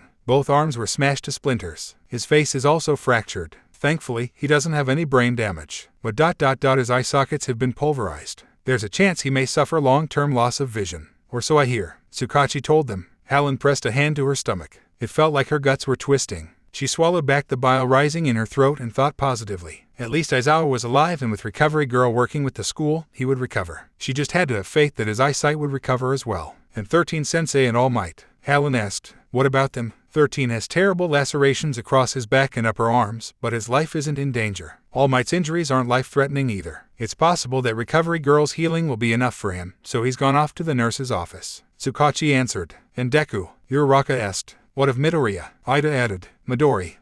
It seems he also made it to the nurse's office in time. And I actually have business there myself. Sansa, Tsukachi called, turning to one of his officers. I'll leave the rest to you. Detective. Tsukachi turned to Halyn when she called out. There wasn't a smile on Halyn's face as she gripped the front of her hoodie. If you see them all, could you please give all of the teachers and Midoriya my well wishes? She asked. With a smile on his face, Tsukachi reached out, patting the top of Halyn's head. Halyn's tail curled in surprise, and when he removed his hand, she looked up at him. I'll make sure to do that. You get on to class, he told her. A smile curled Halyn's lips and she gave a nod. She thanked him before she turned to go join her classmates, her tail swaying happily behind her. He watched her walk away, the principal and a few teachers watching as well. We'll need to completely revamp our security systems, the principal remarked. Teleportation quirks are rare enough. Shame one of them had to go and turn villain. Midnight added. Detective Tsukachi. Tsukachi turned as one of his officers came up to him, saluting him. I have a report. We've apprehended what seems to be a villain in a thicket about 400 meters from here. In what condition? Tsukachi asked. He seems unharmed, and he didn't resist arrest. Oddly enough, he's not responding in any way. He appears to be mute, the officer replied. Tsukachi turned to the principal then. Principal, I'd like to go over the school with a fine-toothed comb, if you don't mind. Tsukachi said. Of course. I'm sure some won't be happy, but the police certainly have jurisdiction. Investigations are your field of expertise. Do what you feel is necessary, the principal replied. Tsukachi nodded. The day had been a long one with the students of one of facing trials they had not been prepared to face just yet. But everyone had come out of it in one piece. In a small bar miles away, that wasn't exactly the case. Howen, the low groan, left Shigaraki as he was laid carefully on the floor of the bar. I was shot. Both arms and both legs. We got crushed. He got Nomu too. Our cannon fodder was taken down in a flash. Even those kids were strong. The symbol of peace is in perfect health. You were wrong, master. No, I wasn't. This voice came from a monitor set up at the end of the bar. We merely got ahead of ourselves. Yes. We underestimated him. Good thing that League of Villains came cheap. Came a second voice from the monitor. Anyway. What of our creation? Nomu, did you retrieve him? He was sent flying, and unless we ascertain his precise coordinates, no amount of warping will let us find him. I just couldn't spare the time back there, Kurogiri explained. After all the trouble we went through to make him as strong as All Might. Well. That's too bad. A real shame, said the voice Shigaraki called master. Strong, right? There was one kid who seemed just as fast as All Might. And another annoying little kitty. She bit me, Shigaraki muttered. Oh, master asked. Without those two, we might have killed All Might. But those kids, those brats, Shigaraki added. No use crying over spilled milk. This endeavor was not a complete loss. Find strong troops. Take all the time you need. We can't move freely. That's why we need a symbol like you. Tamura Shigaraki. Next time, the world will know of the terror you represent, Master told him. While back at UA, Halyn and her classmates were reflecting on the day and the fear they had learned when coming face to face with villains. They had no idea that things were about to get a whole lot worse. But, sitting there on a bench in the changing room, Halyn got a really bad feeling in her stomach. If she knew anything better than anything else in the world, it was one thing. Her gut instinct was almost always correct. Things wouldn't remain peaceful for long. Classes the next day were cancelled due to the incident at the USJ. Despite that, Halyn, like her classmates, found she couldn't rest easy. She was glad when, the following day, she was able to get back to class. She was sitting at her desk, book in hand, when Ida came flying up to front of the classroom. Everyone, morning homeroom's about to begin. To your seats, Ida called. We're sitting. You're the only one up, Zero told him. Grumbling to himself, Ida made his way to his desk, the others grinning and laughing lowly. Halyn smiled herself as she put her book away. Not moments later, the door of the classroom opened and, to the class's surprise, Aizawa, heavily bandaged, walked into the classroom. Morning, he greeted as if he didn't currently look like a mummy. You're back already, Aizawa-sensei. The class yelled. Talk about being a pro, Halyn said in awe. Glad to see you doing well, sensei, Ida called. From the way Aizawa wobbled up to his desk, Halyn wouldn't call it doing well. It was more as if he had no choice but to continue trudging on. Something Halyn could really respect. My welfare isn't important, Aizawa said. Halyn really wanted to protest that simply wasn't true, but she doubted he would listen to her. After all, he was the pro, not her. Because your fight is far from over. Our fight? Bakugo asked. Don't tell me. Midoriya started. More villains. Mind to wind, already covering his head. Halyn doubted that was what this was about. After all, Aizawa had a way with freaking them out only for it to turn out to be something completely mundane. UAS Sports Festival is fast approaching, Aizawa announced. And there it is, completely ordinary. Once again, Halyn thought, shaking her head as an idle smile fell on her lips. Come on, we just had that villain sure about this. Someone asked. It's necessary, to demonstrate that UAS crisis management protocols are sound. That's the thinking, apparently, Aizawa told them. Compared to past years, there'll be 5 times the police presence. Anyhow, our sports festival is the greatest opportunity you'll get. It's not an event that can be cancelled over a few villains. You sure about that? Minda asked. Minda ... Are you telling me you've never seen UAS Sports Festival? Midoriya asked. Of course I have. That's not what I mean, Minda replied. Oh, But Ha-chan, you aren't from Japan, so you might not know, Midoriya said, turning several pairs of eyes to Halyn. Actually, UAS Sports Festival was always a big event in my house. Even in Italy, we still like to watch. UA is a top-tier school no matter where in the world you are, and we don't have something like the sports festival in Italy. Well, not so big of an event, anyway, so I was always extremely intrigued by the event. I've been looking forward to this since I got my acceptance letter from the school, Halyn replied. She remembered so many years, growing up, in which she would find herself on the couch with her brothers, intent on the screen as they watched UAS Sports Festival. She even remembered how, when she was 10, she declared that she would go to the school that hosted the event. Since then, that had been her goal, and now, here she sat. Our sports festival is one of Japan's biggest events. The Olympics were once the world sports festival. The whole country would be whipped into a frenzy over them. But as you know, that tradition has shrunk in scale to a shell of its former self. And as far as Japan's concerned, what's taken the place of the Olympics is the UA Sports Festival, Aizawa said. Basically, the nation's top heroes will be there as scouts, watching to see which of us have the potential to be recruited as sidekicks. Halyn remarked. They'll be looking to hire us as sidekicks after we graduate. That's how it's done, Kaminari agreed. And a lot of those sidekicks never manage to go solo. They're sidekicks forever. That'll be you, Kaminari, you dunce, Gyro remarked. Naturally, you'll gain valuable experience and popularity if you're picked up by a big-name hero. But your time is limited. Show the pros what you're made of here, and you'll make futures for yourselves. This happens once a year, so you've got 3 chances. If you're hoping to become a hero, this is an event you can't miss, Aizawa told them. It was an event that Halyn had been preparing herself for, and one that had the class abuzz for the next 3 class periods. Come lunch, it was all the class could talk about. Even after what we just went through, this has got me so freaking pumped, Kirishima said. If we show our stuff here, that's one big step towards going pro, Zero added. Halyn watched her excited classmates as she gathered what she would need for lunch. Most of the class seemed to be in an uproar. It was nice to see them all excited and happy. After what had happened, even Ida seemed pumped up. Everyone's so excited, Midoriya remarked. And you aren't. This is our chance to add our names to the ranks of heroes. Of course we're in high spirits, Ida proclaimed.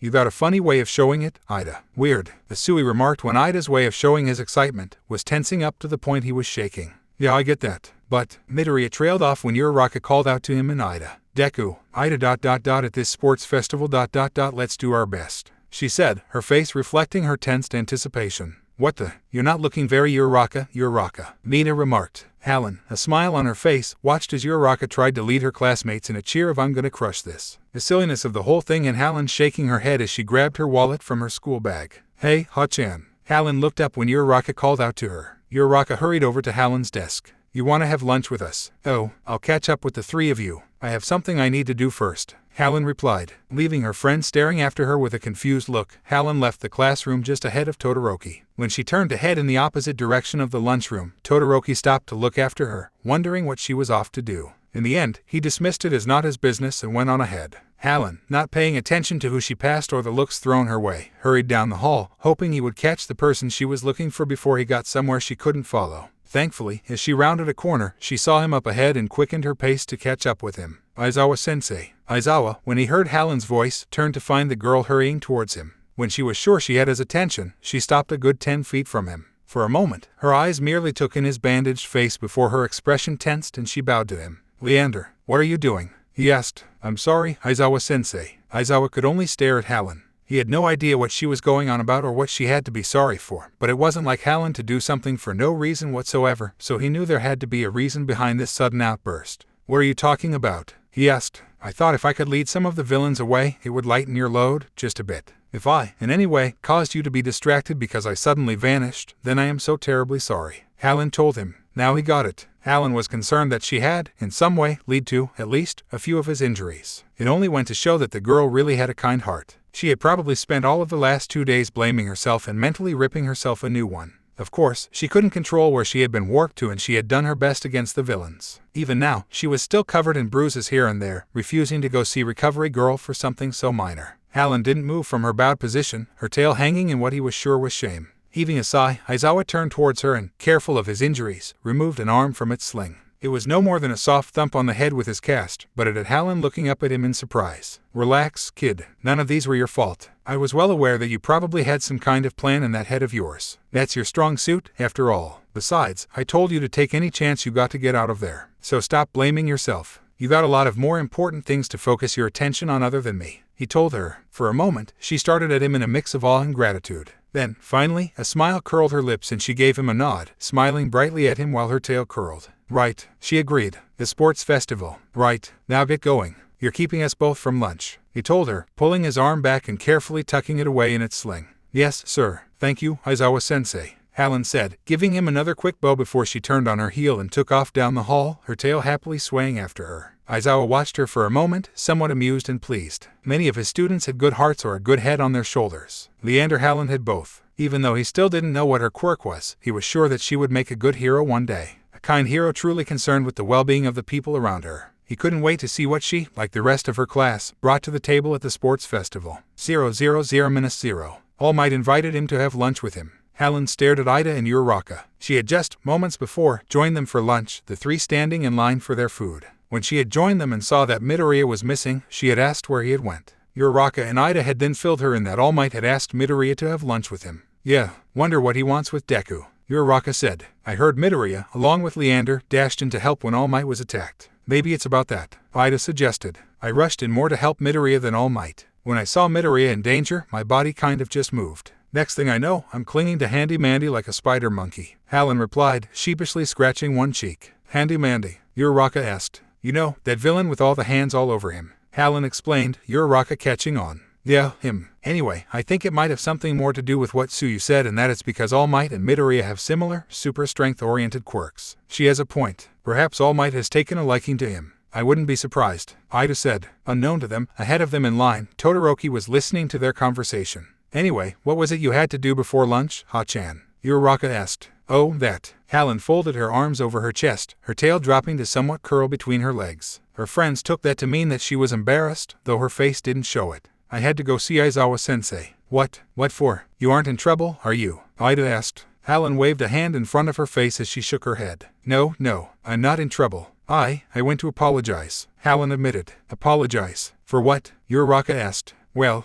Halyn heaved a sigh, figuring she might as well just explain it. You two know I ended up in the middle of his fight with the villains during the incident, right? Yeah, Uraraka confirmed. Well, there was a moment when I had most of the mutant types focused on me, so I took the chance ... and I ran. When her classmates stared at her, Halyn gave them a smile. It's not like you think. I didn't run away. I lured them away from the plaza, hoping to lighten Aizawa-sensei's load. When I got back and I found out how badly he had been injured, I thought that maybe, just maybe, part of those injuries were because he got distracted when I vanished suddenly. So you ... you blamed yourself, Uraraka said. Yeah, Halyn rubbed the back of her neck. If truth be told, she still kind of felt bad, but she knew now that she wasn't to blame for Aizawa's injuries. She felt more sorry for Aizawa and the fact that he had to walk around in the state he was in. You know that wasn't your fault, Leander, Ida told her. Yeah, I know that ... now. Aizawa-sensei told me the same thing. I still felt like I had to apologize. My mother always told me that even if you aren't sure, if you think there might be a chance that it's your fault, it's best to talk to the person and apologize if it is your fault.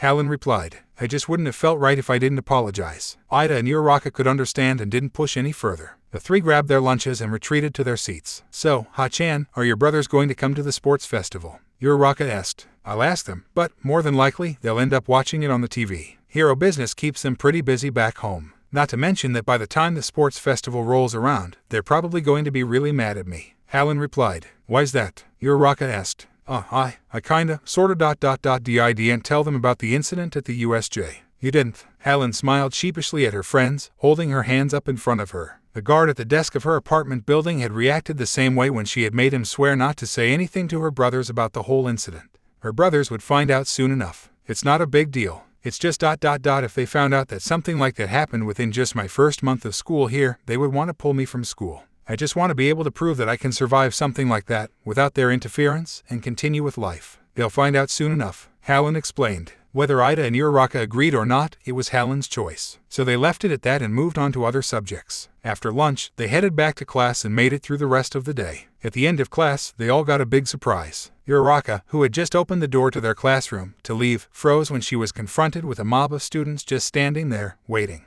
What's going on? Uraraka exclaimed. No way out. What are they here for? Minda asked. Scoping out the competition, small fry. Bakugo replied. Insulted and upset, Minda turned a hurt and insulted face on Midoriya, pointing at Bakugo as if to say, you see what your childhood friend just said. Midoriya could only give him a sheepish smile in return while Bakugo walked right up to the doorway, facing the other students outside. As were the kids who survived a villain attack. Makes sense they'd want to look before the sports festival. No point, though. Move aside, cannon fodder. Bakugo added, sourly. Can we please not resort to calling those we don't even know cannon fodder? Ida complained from behind Bakugo. Halyn, who was still at her desk, collecting her things, looked up. Leave it to Bakugo to issue a challenge and succeeded in making every student outside the classroom hate every student inside. She shook her head as she tucked the last of her books into her bag and headed for the door. It's true. We came to get a look, but you sure are modest. Are all the kids in the hero course like this one? One student, a boy named Shinso, stepped to the front of the crowd to face Bakugo. Even with Bakugo making a face that ranged around an 8 on Halyn's awful face's radar, the boy seemed unfazed. Gotta say, I'm a little disillusioned if this is what you're offering. Those of us who didn't make the hero course are stuck in general studies and the other tracks. There are quite a few of us. Did you know that? Shinso asked. Depending on the results of this sports festival, they might consider transferring us to the hero course. I understand the reverse is also possible for you. Scoping out the competition. For a general studies kid like me, this'll be the perfect chance to knock you off your pedestals. Consider this a declaration of war. So daring. Halyn would give him one thing, he certainly had guts and she liked that. It meant a person was willing to fight for their dreams, and that always spoke of a person with true strength. Suddenly another student spoke up from the crowd, this one from the neighboring hero course class. Hey, I'm from class 1B, next door. Heard you guys fought some villains. Wanted to find out more, but all I'm seeing is this arrogant bastard. He yelled. You better not make fools of the hero course at this thing. Arrogant bastard. That'd be you, little Ka-chan. Halyn remarked from behind Bakugo, who scoffed back at her. Whatever, Bakugo retorted before shoving his way past the students outside the classroom. Wait, you jerk. What are you doing to us? Thanks to you we've got a whole mob of haters now. Kirishima complained at Bakugo. I don't give a crap. I'm heading for the top. Why should I care? Bakugo retorted before he was gone. TCH. So straightforward and manly. Kirishima remarked. The top ... he's not wrong. Takoyami agreed. Don't let him play you. All he's doing is winning us enemies. Kaminori snapped. In a way, Bakugo has a point. All eyes turned to Halyn as she stepped up to the doorway to leave as well. Whether Bakugo said all of that or not, there are tons of students in the other classes that are going to dislike us because we were put above them just because we managed not to get killed when villains came after All Might. It seems ridiculous to us because we had to fight through that, but that's how it is. I say we should take that challenge and use it to push ourselves to be better. So I'm going to look at this as a chance to grow. Whatever people think of me, I'm not here to try to please everyone. I'm here to be a hero, plain and simple. With that, Halyn gave the students blocking the doorway a wide smile and asked nicely that they step out of the way so she could leave. Surprised by her opposite of Bakugo attitude, the students before her stepped back, giving Halyn a path through the crowd. Halyn, with a brilliant smile, bowed to them in thanks. Thank you. Have a nice day, she told them before she, too, left. Midoriya watched her in surprise. While Halyn and Bakugo had different outlooks, different viewpoints on what drove them to their goals were the same, the top. Midoriya wasn't sure what drove Halyn to be a hero, she didn't share, but he could tell that it drove her just as hard as everyone else's reasons. Everyone had a reason, whatever it may be, and everyone was going to try their hardest. It was only right that Midoriya try his hardest too. The next 2 weeks was abuzz with training and preparing. Determined to give their all, the whole of class 1 had prepared themselves, each in their own way. Some teamed up to help each other while others trained alone. Halyn was one of the few that spent the next 2 weeks training in secret. She had a huge advantage since no one, not even her own teachers and classmates, knew what her quirk was. She was going to use that to her advantage and see how far in the sports festival she could get without revealing it. She would reveal her quirk, but she would do it at a time of her choosing. She couldn't wait to see everyone's faces when they found out. Gather round, mass media. It's time once again to see the high schoolers you know and love revel in their youth. It's UAS Sports Festival. Everybody ... are you ready? Today was the day. As President Mike's voice rang out over the arena, Halyn could practically feel her fur standing on end in anticipation. She was currently gathered in the prep room with the rest of her class, waiting for their call to enter the stadium. She was sure that her excitement and anticipation was going to make her start bouncing about the room. She was ready to get moving. Instead, she settled for running her fingers through the fur on her tail. It always worked wonders for calming her. Is everyone good and ready? The event's about to begin. Ida called in warning. Wish I could have worn my costume. Mina remarked. They're not allowed, in the interest of fairness. Ajiro replied. Especially Ha-chan's. Now that's a deadly costume, for more reasons than one. Mina said, looking over at Halyn. Though the way she wears her gym clothes isn't any better. Halyn, blinking in innocent confusion, looked up. Like everyone else in their class, she was wearing the gym uniform. Unlike everyone else, Halyn had the pants legs folded up to mid-thigh and she wore the jersey halfway unzipped to show off the sports bra-like top she wore under it. A top that was surely a size or two too small for her chest, for it looked like she was about to spill out of it. To top it off, she had added a pair of black, calf-high, toeless and heelless boots that molded to her calf like a second skin. Maida had been staring and drooling since she had entered the room. What's that supposed to mean? Halyn asked. only that you show way too much skin. Mina replied, yeah, well if I explain, yet again, how it's kind of necessary given the nature of my quirk, you're all just going to question me, again, on what my quirk is and I'm not telling. Halyn replied. With that, Halyn turned away from her friend, her tail curling in amusement when Mina replied with, stingy, to her remark. Halyn wasn't about to give up her biggest advantage in this festival. Midoriya. Todoroki suddenly calling out to Midoriya had everyone turning to watch. Todoroki ... what is it? Midoriya asked. Objectively speaking, I'm stronger than you. More capable, Todoroki said. Oh, yes, because that's such a good way to start a conversation. Halyn muttered lowly to Uraraka and Asui, who nodded in agreement with her. All Might's got his eye on you, doesn't he? Now I'm not about to pry into why that is, but I will beat you, Todoroki announced. Ooh, a declaration of war from the strongest in the class. Kaminari remarked. Hey, man, why pick a fight now? We're about to go on, Kirishima said, laying a hand on Todoroki's shoulder. Todoroki shrugged his hand off, his attention focused solely on Midoriya. I really don't care. I'm not pretending to be anyone's friend here, Todoroki replied. Todoroki, I'm not sure why you felt the need to tell me you'll beat me. You're clearly stronger and I can't measure up to most of the others here in skill. Objectively speaking, even. Midoriya trailed off. Don't be so negative, Midoriya. No need. But, Midoriya cut Kirishima off to continue. Everyone ... even the kids from the other courses are aiming for the top. And I'm ...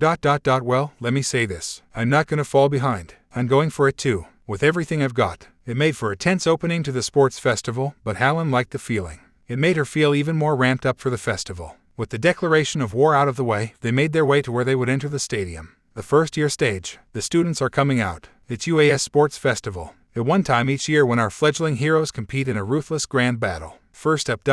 you know who I'm talking about. The miraculous rising stars who brushed off a villain attack with their steely willpower. The first years of the hero course. It's Class A. When Present Mic called their class, Halyn entered the stadium at the head of her class with Midoriya on one side and Ida on the other. Once she was out in the sunlight, Halyn's eyes scanned the mass amount of people in the stands, watching them. So this was what it felt like being on the other end of the TV screen. Halyn was sure her heart would jump right out of her chest, it was thumping so hard. What a crowd, Midoriya said, shaking in his shoes. And we're expected to put on the best performance we can in front of so many spectators. I suppose this is merely one more necessary skill if we hope to become heroes, Ida remarked. They're really giving us too much credit ... but we won't let it shake us, right, Bakugo? Kirishima asked. Nope, just gets me pumped up, Bakugo replied. Halyn wasn't quite sure she agreed. She wasn't usually one for the limelight, but here, right then, if she hoped to go anywhere in the hero world, then she was just going to have to deal with it. The rest of the classes were introduced before the ref for the first years was announced to be Midnight. Halyn took one look at Midnight's costume and really couldn't see why some people complained about her costume. Midnight looked half naked, even if she wasn't really. At least Halyn's looked somewhat decent.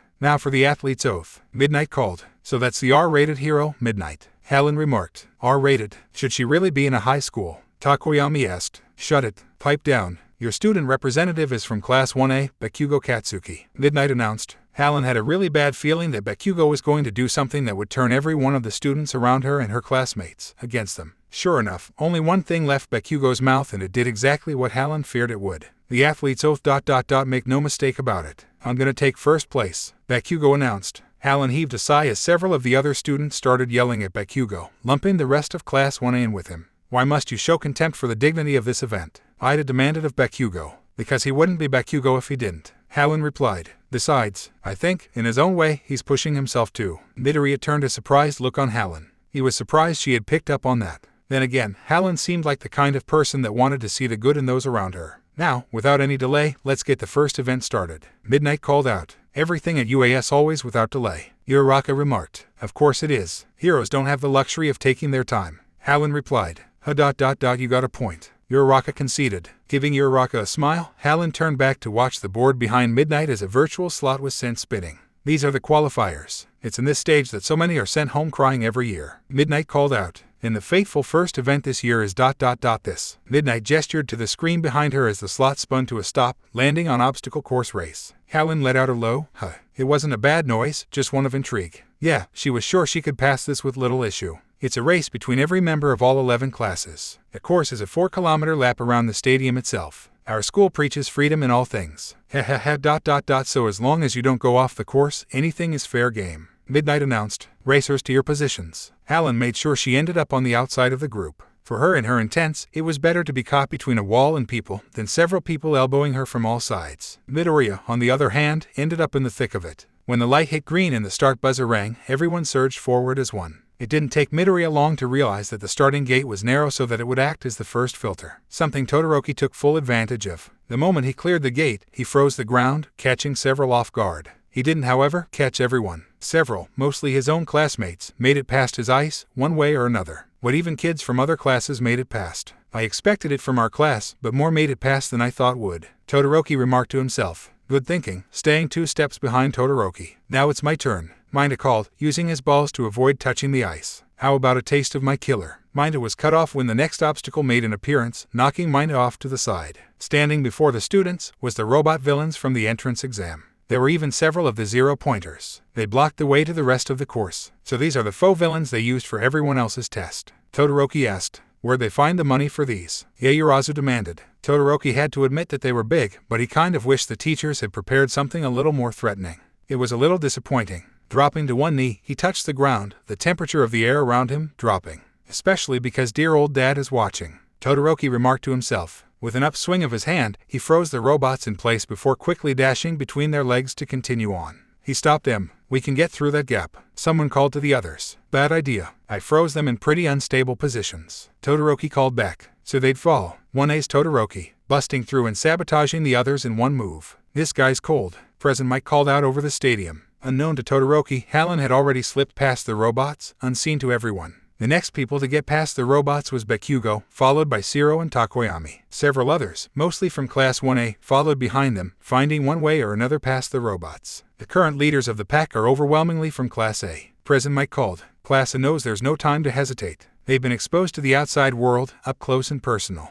They've had that fear planted in them and they've endured it. Each has grown from that experience and forgotten how to hesitate. Aizawa added in. Down in the course, Midoriya was dodging attacks from the robots when he spotted an armor plate that had been knocked free of one of the robots Todoroki froze. Thinking he could make use of it, Midoriya grabbed it. Using it as a weapon so he wouldn't have to use his quirk so early on, Midoriya took down one of the robots. Sure that he could keep this up, Midoriya worked his way through. The next obstacle, though, was a little more difficult. So the first barrier was a piece of cake. How about the second? Fall and you're out. You've got to crawl across if you want to make it. This is the fall, President Mike announced. Before the students stretched a wide ravine with pillars spread throughout. Each of the pillars were connected by ropes. For some, like Asui, it was an easy enough task. For others, like Todoroki and Ida, it was all a matter of balance. And then there was Bakugo, who flew over the whole thing with the use of his quirk. Uraraka and Mina stood there for a moment, watching. Hearing fast approaching footsteps behind them, the two turned, only for a gust of wind to hit them. They didn't see anyone or anything that could have caused it, only footprints in the sand that came to a stop just short of them.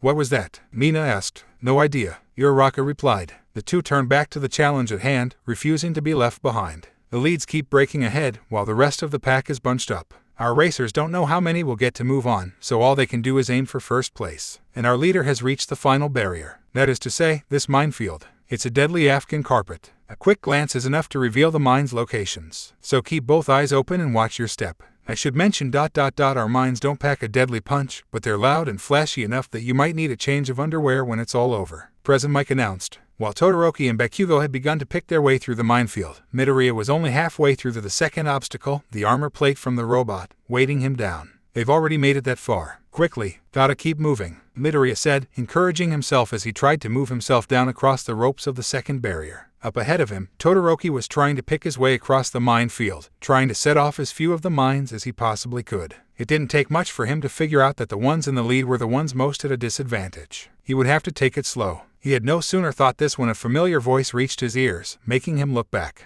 Aha, this crap can't slow me down. With this yell, Bakugo flew past Todoroki. Your declaration of war was to the wrong person. It became a fight for first from there, Bakugo and Todoroki fighting to keep the lead. As they fought to take the lead from the other, Midoriya was reaching the beginning of the minefield, the piece of the robot's armor still under one arm. Midoriya's eyes flew around the field, working quickly to try to figure out a way to get past the minefield and up to the front. It was then that an idea hit him. On their own, the mines were little more than an annoyance meant to knock the students off balance, but if one put several of them together, the explosion would become bigger and flashier. So that's what Midoriya did. The explosion that rocked the minefield had everyone turning to see what had caused it, only to find Midoriya riding the robot armor piece, flying through the air, rushing towards the finish line. In just a moment, Midoriya flew past Bakugo and Todoroki, quickly approaching the ground. Both Bakugo and Todoroki increased their efforts to take back first. Todoroki knew it would create a path that the other students could then use, but he used his ice to coat the ground anyway. Just as Midoriya was starting to approach the ground, Todoroki and Bakugo started to pass them, but Midoriya wasn't done. Twisting his body while grabbing a handful of cables that were sticking out of the armor piece, he swung with all his might, banging the armor piece against the ground and setting off more mines. The resulting explosion blew Todoroki and Bakugo off to the side while sending Midoriya rocketing forward. Midoriya hit the ground in a roll and popped back to his feet, sprinting off to take first place. Behind him, Todoroki and Bakugo continued to fight for second. They were just nearing the opening of the tunnel that would lead back into the arena when the smoke behind them suddenly split to make way for the last person they expected to see. A foot landed on each of their shoulders. As if in slow motion, the two boys looked up, only catching a glimpse of something blue before whoever it was jumped, using them as a springboard to launch them forward. Hands tapped the ground, flipping the person over as they twisted their body in midair, allowing them to land on their feet, now running backwards. Todoroki and Bakugo stared, wide-eyed, as they were confronted with who had just upstaged them. Grinning back at them, her hair flying around her as she kicked off the ground to launch herself backwards and closer to the finish line, was Halyn. Up until that very moment, they had both completely forgotten about Halyn and her agility and speed. But how had she caught up with them? Neither had seen hide or hair of her since the race had started, but, then again, they hadn't really been looking for her. For all they knew, she could have been just steps behind them the whole time, laying low and buying time.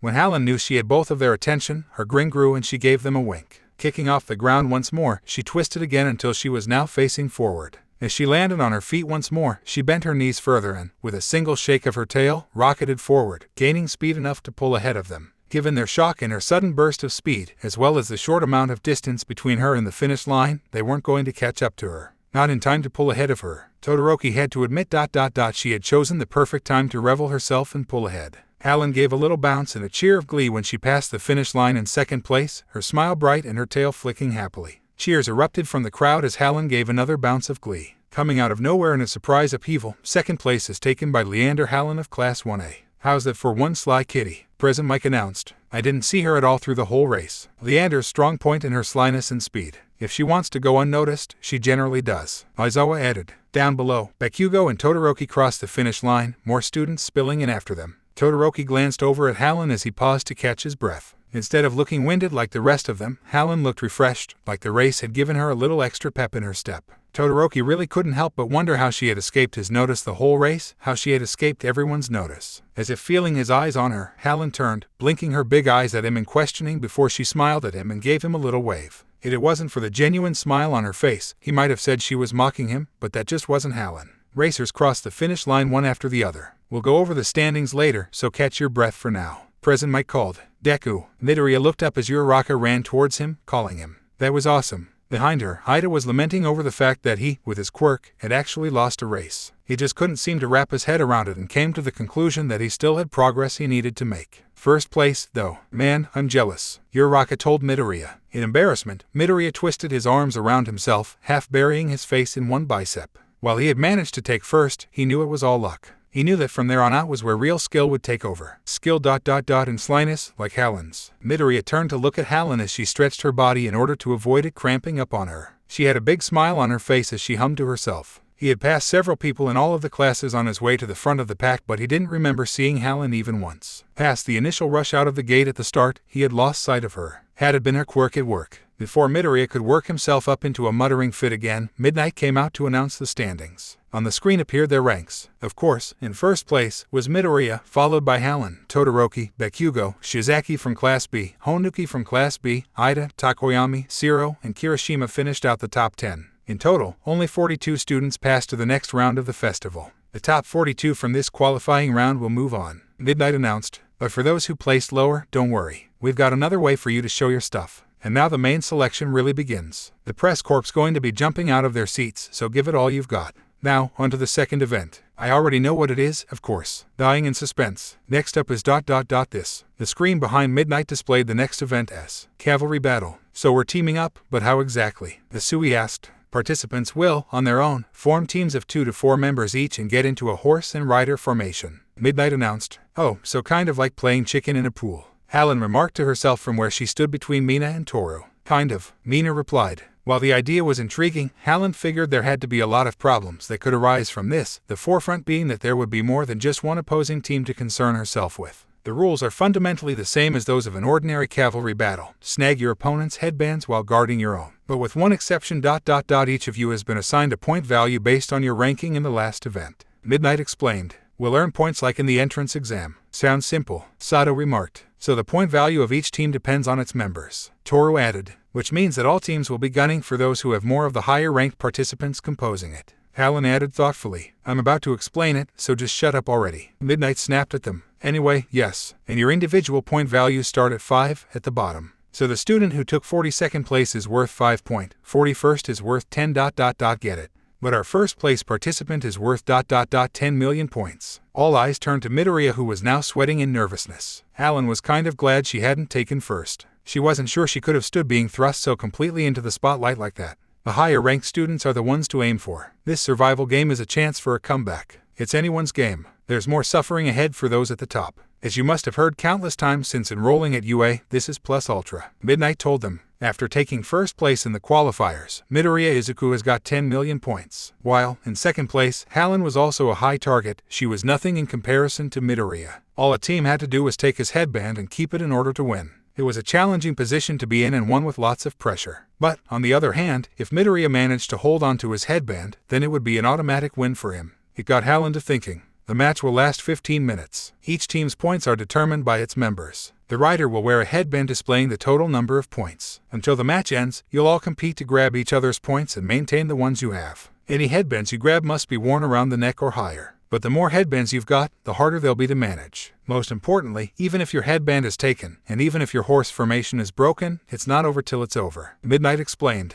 With 42 contestants, there'll be 10 to 12 teams on the field the whole time. Sato asked, how tiresome. Aoyama remarked. Perhaps, but also challenging.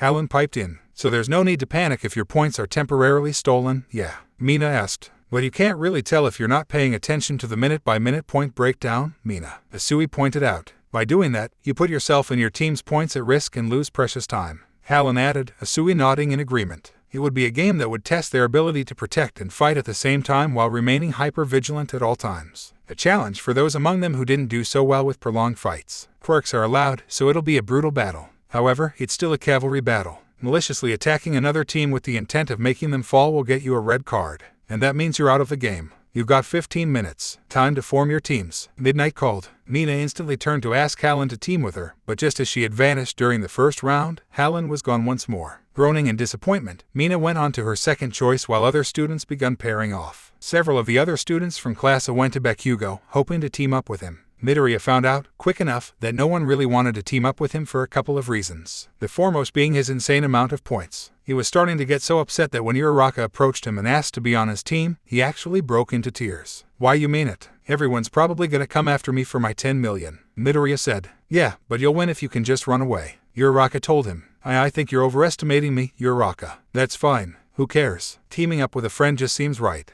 Uraraka declaring, smiling brightly. Midoriya was so grateful to have a friend like her. It made his chest grow tight and also put a weird look on his face that had Uraraka questioning why his face suddenly went all ugly looking. I actually wanted to team up with you too, so thanks. Partnering with someone you get along with is definitely the best option. Now that we've got your quirk, Uraraka, we just need him. I've got the perfect plan, Midoriya said. The two went in search of Ida then, to recruit him to their team, only to find that he had already agreed to join Todoroki's team. The conversation ended with Ida also challenging Midoriya as Todoroki already had. Now what? Uraraka asked. Hey, Midoriya. Midoriya turned on the SPT, looking around for who had called him. He caught sight of Halyn waving to him to come over. She was partly hiding behind an already formed group, as if she was trying to escape notice of those who hadn't yet found their team. Midoriya shared a look with Uraraka before the two hurried over to Halyn. Let me join your team. The simple sentence was the first thing out of her mouth. Midoriya was so shocked that, for a moment, he just stared at her. He quickly snapped himself out of it when she raised an eyebrow at him. You sure? He asked. Yeah, I am. I can't tell you what my quirk is, because I'm trying to keep it a secret for a reason, but I can assure you that I can get you out of a few tough places if you need it.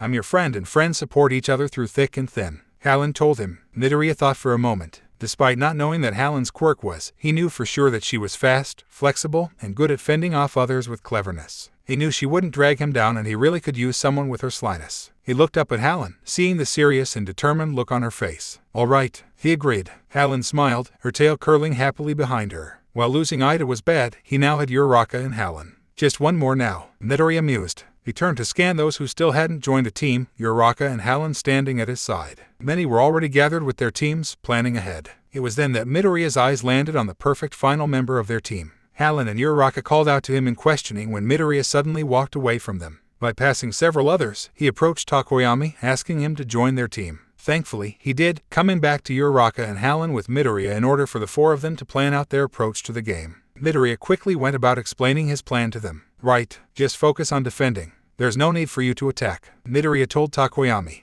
Interesting. The darker it is, the more ferocious my quirk attacks. But then the beast is hard to control. In daylight he's easier to manage but not much help in a fight. It's not like you knew, but picking me and my quirk for pure defense ... not a bad choice at all, I say. Tokoyami replied. Use me as best you can. I trust you, Midoriya. A weakness to light, Halyn mused lowly. Sounds about right for a quirk like yours. And you, what of your quirk? Tokoyami asked. I'm still not telling. Believe me, not knowing is to your benefit, as well. If you don't know what's coming, then the others can never guess. And keeping it a secret makes it easier for me to help us as a team. Halyn reasoned. After all, they didn't know what quirks the other students had. Your 15 minutes are up. Time to get started. Midnight suddenly called out. Each team was handed the headband with their combined score on it. Midoriya took theirs since he would be the horse and secured it around his head. Once secure, they formed their horse, Midoriya acting as the horse while Uraraka and Halyn took the back flanks and Tokoyami took the front. Uraraka, Midoriya called, silently asking if she was ready. Yep, Uraraka answered.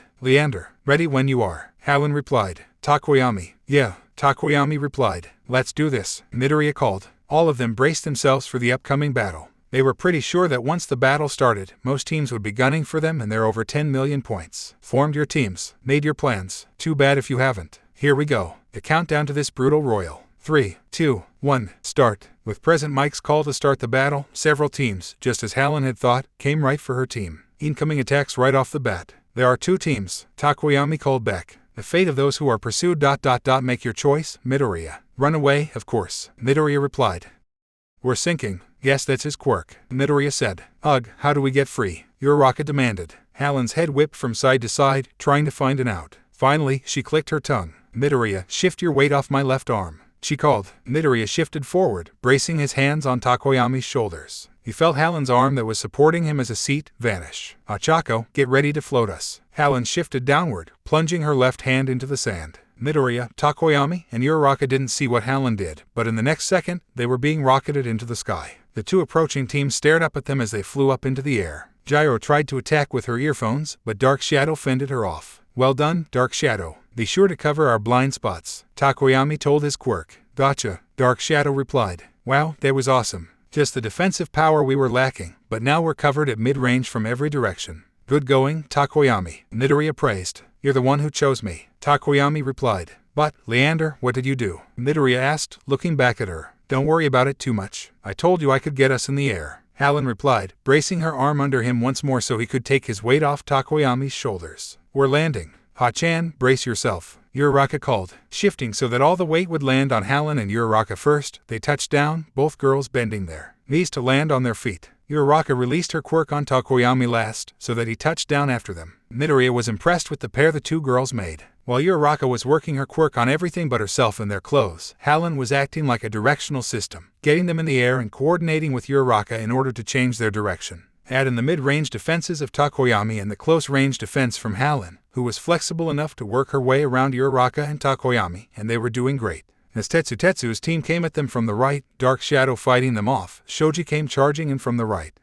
Shoji's alone. But this is a cavalry battle, Midoriya exclaimed. We must keep our distance. Fighting multiple foes is a bad idea. Then we need to move. Achako, this way, Halyn called, moving to one side. She didn't get far before Uraraka pulled them up short. Halyn twisted to look at the other girl in questioning. Achako, she asked. I'm stuck, Uraraka replied, looking down to where her shoe was stuck to the ground with one of Minta's balls. That's Minta's. But where is he? Midoriya asked, looking around. In here, Midoriya, Minta called from where he was hiding under the protective barrier that Shoji's was creating with his tentacles. Whoa, is that legal? Midoriya asked. Halyn didn't have time to care. She was forced to compensate for balance when Midoriya had to duck to dodge Asui's tongue as it shot out of Minta's hiding space as well. With Midoriya's quick response, the tongue flew past him and nearly smacked Tetsu in the face. Asui too. How many you got in there, Shoji? Midoriya questioned. Worry about that later. We need to focus on retreating, Halyn told him. Right, Midoriya agreed. Achako, sorry, but you're going to have to lose a shoe, Halyn added. In a feat of great balance, Halyn managed to balance her weight and the part of Midoriya's weight she was bearing on one foot. With the other foot, she reached out, stepping on the back of Uraraka's shoe so that her foot could pop right out.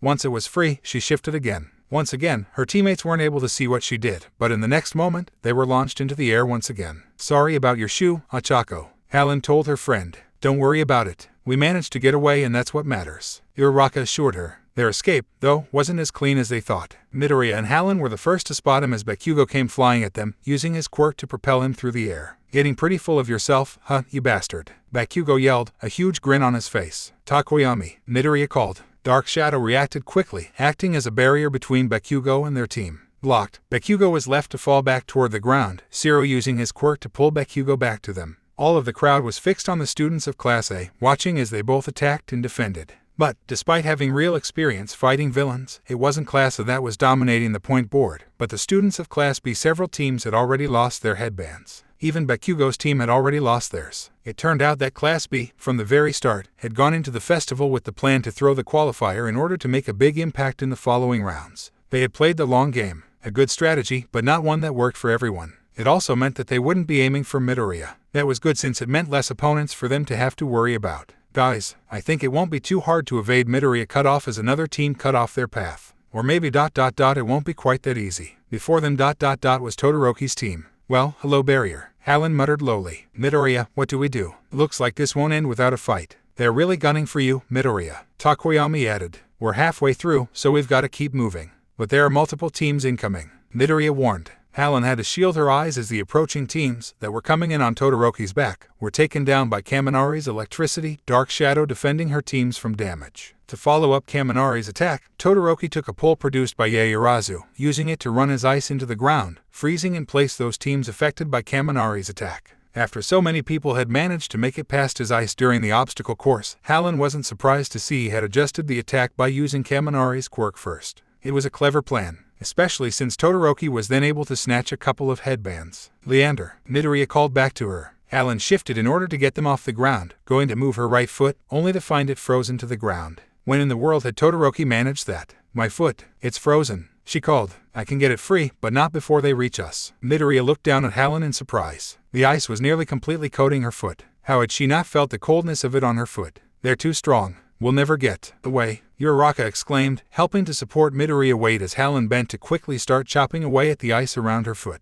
I'll create a diversion. Leander, hurry, Takoyami called. Right, Halyn didn't need to be told twice. She quickly went to work on the ice while Dark Shadow tried to fend off Todoroki's team, only to be stopped by Yaoyorozu. Her creation quirk. What a pain, Midoriya remarked. No, Kaminari's the real problem. His sunlight attack would have wrecked my armor, Takoyami replied, referring back to Dark Shadow's weakness. Right, Kaminari's electricity, Midoriya said. As long as he keeps that up, I don't have a shot. This little guy's so fickle, Takoyami said. So you have less offensive power now, but they don't know that, right? Midoriya asked. Probably. The only one I ever told about my weakness is Kuchida, back at the USJ. But he doesn't talk much, Takoyami answered. As long as they don't know we can fake them out, we'll be fine, and the 10 million points will stay with us. Leander, how are you doing? Midoriya asked. I'm free, Halyn replied, but it wasn't going to do much to help them. Todoroki had them completely surrounded by ice, and with only a minute left on the clock. It was a bad position to be in, but they managed to, for the most part, avoid Todoroki's team.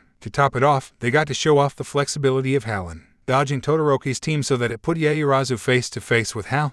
Yaoyorozu got a shock when she moved to try to attack and make an opening for Todoroki. She had no sooner created a weapon when Halyn gave a hop, calling to Uraraka to support Midoriya. Using Takoyami's shoulder as support, Halyn swung her body out, kicking aside the weapon. No sooner as Halyn's foot touched the ground, she twisted her body, reversing the kick to force Yaoyorozu back away from her team. Another kick off the ground and Halyn swung herself back into position. That was awesome, Ha-chan, Uraraka praised. I was only able to achieve it because of you and Takoyami, Halyn told her honestly. But right now, we need to focus. Keeping to Midoriya's strategy, they stuck to Todoroki's left, moving that way whenever they moved towards them. They were doing well, that is, until Ida revealed his secret technique. The burst of speed was so great that even Halyn's eyes had a hard time trying to keep up. All she knew was one moment, they were in front of her team, and the next, a gust of wind almost knocked her off her feet. In that burst of speed, Todoroki was finally able to snatch the headband from Midoriya's head. Ida, what was that just now? Todoroki asked, as he secured the headband around his neck. I elevated my torque and RPM to an explosive degree. The kickback stalls my engines temporarily, though. It's a secret technique that I haven't shown anyone yet,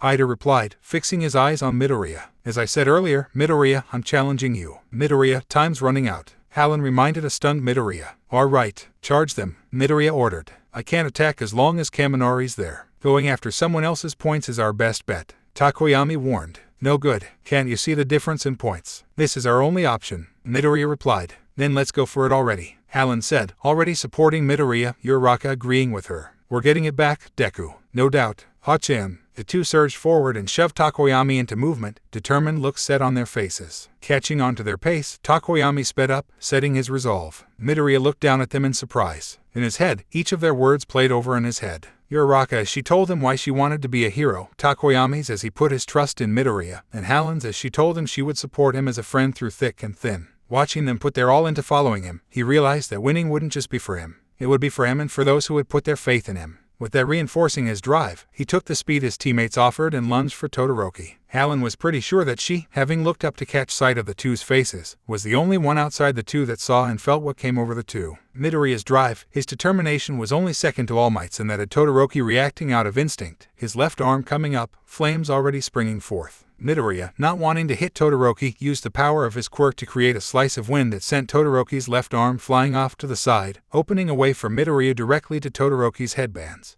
Todoroki, in that moment, realized what he had done, using his left side after he said he wouldn't. Stunned, he didn't block Midoriya. Midoriya grabbed one as they flew past. I got it. I really got it, Midoriya cheered. It was then that Halyn's eyes landed on the amount of points on the headband. Midoriya, it's the wrong one, she called. Midoriya looked down at the headband, finding it was a 70-point headband instead of the 10 million they had been aiming for. We switched the headbands around just in case. To naive Midoriya, Yaoyorozu called back. With 10 seconds left, Midoriya ordered their team to charge once more, but they weren't the only ones. Bakugo came flying into the scene, but before any of them could reach their marks, time's up was called and the game was called to an end. Halyn and Uraraka helped a depressed Midoriya down. Let's see who the top 4 teams are right now. In first place, Team Todoroki. In second, Team Bakugo. In third, Team Tetsu. Whoa, Team Shinso, who saw that turnaround coming. Who even saw it happen. President Mike announced. Midoriya was so depressed that he was all slumped over. Halyn hated to see him that way. After sharing a look with Uraraka, the two smiled. Deku, Uraraka called. I'm so sorry. Really, Midoriya told them. He stared at the two girls as Uraraka and Halyn shared another look, the two grinning. Moving at the same time, they pointed past themselves and towards Takoyami, confusing Midoriya for a moment. Todoroki was clearly shaken by your first attack. I did my best to nab the 10 million, but I came up short. But I got another one, Takoyami said, jabbing a thumb towards Dark Shadow who had a headband worth 615 points caught in his mouth. I managed to get another. With tears in his eyes, Midoriya fell to his knees as the last team to pass the second round was called. In fourth, Team Midoriya. These 4 teams will proceed to the final event. Halyn laughed as she watched Midoriya sob his heart out. It had been a close call, a very close one, but, in the end, it had turned out for the best. Now she had to prepare herself for what came next. We'll proceed to the afternoon portion after a 1-hour lunch break. See you then. When lunch was called, Todoroki called out Midoriya, leading the other way before their classmates knew what had happened. They found an out-of-the-way corridor where they could talk uninterrupted. For a long moment, though, they just stood across from each other, Todoroki staring at an uncomfortable Midoriya. You wanted to talk. About what? Midoriya asked, trying to get Todoroki to talk. The dining hall will be packed if we don't hurry. Still Todoroki continued to stare at him, making him shift in discomfort. Finally, blessedly, Todoroki spoke. You overwhelmed me, so much so that I broke my own pledge. Ida, Kaminari, Yaoyorozu, Takoyami, Uraraka, Leander. None of them felt it. In that last instant, I was the only one feeling the pressure. I experienced All Might's true power up close, remember, Todoroki said. So, what are you saying? Midoriya asked. I felt the same pressure coming from you. So are you All Might's illegitimate child or something? Todoroki asked bluntly. To say that Midoriya was stunned was an understatement. All he could do for a long pause was stare at Todoroki in a dumbfounded way. He had no doubt that if certain members of their class, like Halyn, had heard that, they would be rolling on the floor in laughter. Finally, Midoriya started shaking his head rapidly. I'm denying that, but obviously, if I really were his kid, I'd try to deny it. So I realize I don't sound very convincing here. But no, that's not it. Midoriya tried to explain. So let me ask you then, why would you think that I? No, that's not it. Interesting way to phrase it. There's definitely something you're hiding. I'm sure of it. You know, my father is Endeavor, the second greatest hero of all time. So if you're somehow connected to the number 1 guy, then all the more reason for me to crush you. My dad. He's a powerful bastard who only thinks of becoming stronger. Yeah, he's gone all out to make a name for himself as a hero, but he's always seen that living legend, All Might, as a roadblock and an eyesore. My father could never beat All Might on his own, so he came up with another plan. Todoroki said. What's this about, Todoroki? Why are you telling me this? Midoriya asked. Quirk marriages. You've heard of them? Yeah. They started becoming a problem during the second or third generation after quirks appeared. Strong individuals would choose a partner and force them into marriage for the sole purpose of passing on a strengthened version of their own quirk. Those earlier generations were lacking in ethics. With his wealth and fame, my father made my mother's family agree to the marriage, all to get his hands on her quirk, raising me as a hero who could exceed all might just to fulfill his own ambitions. I hate it, being no more than a tool for that human garbage. As I remember it, Mom was always crying. I can't stand to see that left side of yours, she said, before throwing scalding water in my face. Midoriya felt a shudder run down his spine as he stared, wide-eyed, at Todoroki. Absently, Todoroki's hand came up to touch the scarred left side of his face. Midoriya couldn't imagine what it must take for a mother to do such a thing to her own child. Unknown to them, just outside the hallway, Halyn was leaning against the building, listening into the conversation. She had merely been looking for Midoriya when she had come across the two. Hearing what Todoroki had just told Midoriya, Halyn pressed a hand against her stomach, as if she was about to be sick. A few things about Todoroki suddenly made a lot of sense to her. In short, not using my left side against you was my revenge on him. Never using my rotten father's quirk ... and by rising to the top without using it. I'll have denied him everything. Todoroki finished. Outside, Halyn shook her head. She could understand a bad relationship with a father. She could understand the feelings that came with wondering if that same father even loved her or if it had all been a lie with some kind of ulterior motive behind it. She really could understand it, but Todoroki was only going to end up hurting himself in the end with the way he was approaching it. All this anger, it wasn't good for him, and it hurt her knowing that he was this twisted up inside because of his father's actions. It made her heart ache for him. How a man could only see his son as a means to an end was beyond her. Then again, there could be more to it for Todoroki's father than she knew. She didn't know the whole story yet, and there was always two sides to a story. Not wanting to be caught listening in, Halyn hurried away, but what she had just heard would stick with her through the rest of the festival. Just as it would with Midoriya. 000-0. After lunch, it was right back to the festivities. Before we get to the final event, I've got good news for all those out of the running. This is still a sports festival, so we've prepared a recreational activity for all participants. We even shipped in cheerleaders from America to get you pumped up, President Mike announced. Halyn was suddenly glad that she hadn't been around the other girls in her class for lunch. Somehow, for some reason, all of the other girls in her class had been talked into wearing cheerleader outfits. Something about Minda and Kaminari tricking them. Halyn kind of felt bad for the girls. How'd I let myself get fooled by Minda's stupid prank? Yaoyorozu asked herself. You really should take anything Minda tells you with a spoonful of suspicion. Halyn told her as she and Uraraka patted her back. Those idiots, Jairo muttered, throwing down one of her pom-poms. Still time before the main event. No sense in sitting around, Toru reasoned. Why not just go with it? Could be fun. You're enjoying this, Toru, Asui remarked. Well, it is a good way to pass the time, Halyn admitted. Join us, Ha-chan, Toru suggested. Halyn shook her head, a smile curling her lips. Sorry, but I'm going to use this time to mentally prepare myself for what comes next in the festival. Halyn told them. She was going to take the time to save up her energy and prepare herself for whatever the festival threw at her. But first, the announcement of the final event. The final event ... one-on-one battles among the 16 passing students. A tournament?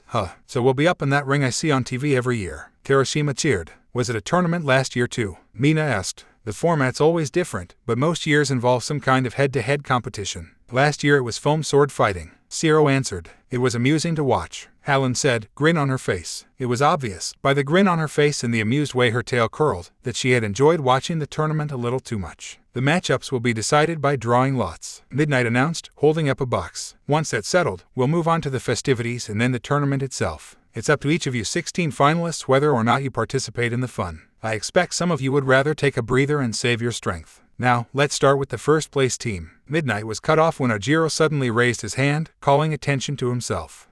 Excuse me, I'd like to drop out, Ajiro announced. Ajiro, why? This is your chance to get noticed by the pros. Ida told him. The cavalry battle. I have no memories of anything that happened up until the tail end. It's probably his quirk that did it. I know this is a great opportunity, and I know how stupid it must seem to throw it away, but this final tournament. Everyone else made it here by their own strength. Yet I'm standing here, and I don't even know how or why. I just can't take it, Ajiro explained. You're thinking about it too hard. Just show what you're made of in the tournament. Tori told him. By that logic, I shouldn't be here either. Mina added. No, I'm talking about my pride here, Ajiro said, pressing a hand to his face. I don't think it's right. And why the heck are you girls dressed like that anyway? Halyn laid a hand on Ajiro's shoulder, making him raise his head to look at her. She gave him a smile. I know how you feel. Everyone has their own morals and ethics. Don't let anyone sway you from yours, Halyn told him. Ajiro gave her a grateful smile. As it was, he wasn't the only one that felt like he didn't deserve to go on to the next event. A boy from Class B felt the same way. In the end, it was up to Midnight. How naive and green. I like it. Shota and Ajiro have officially withdrawn.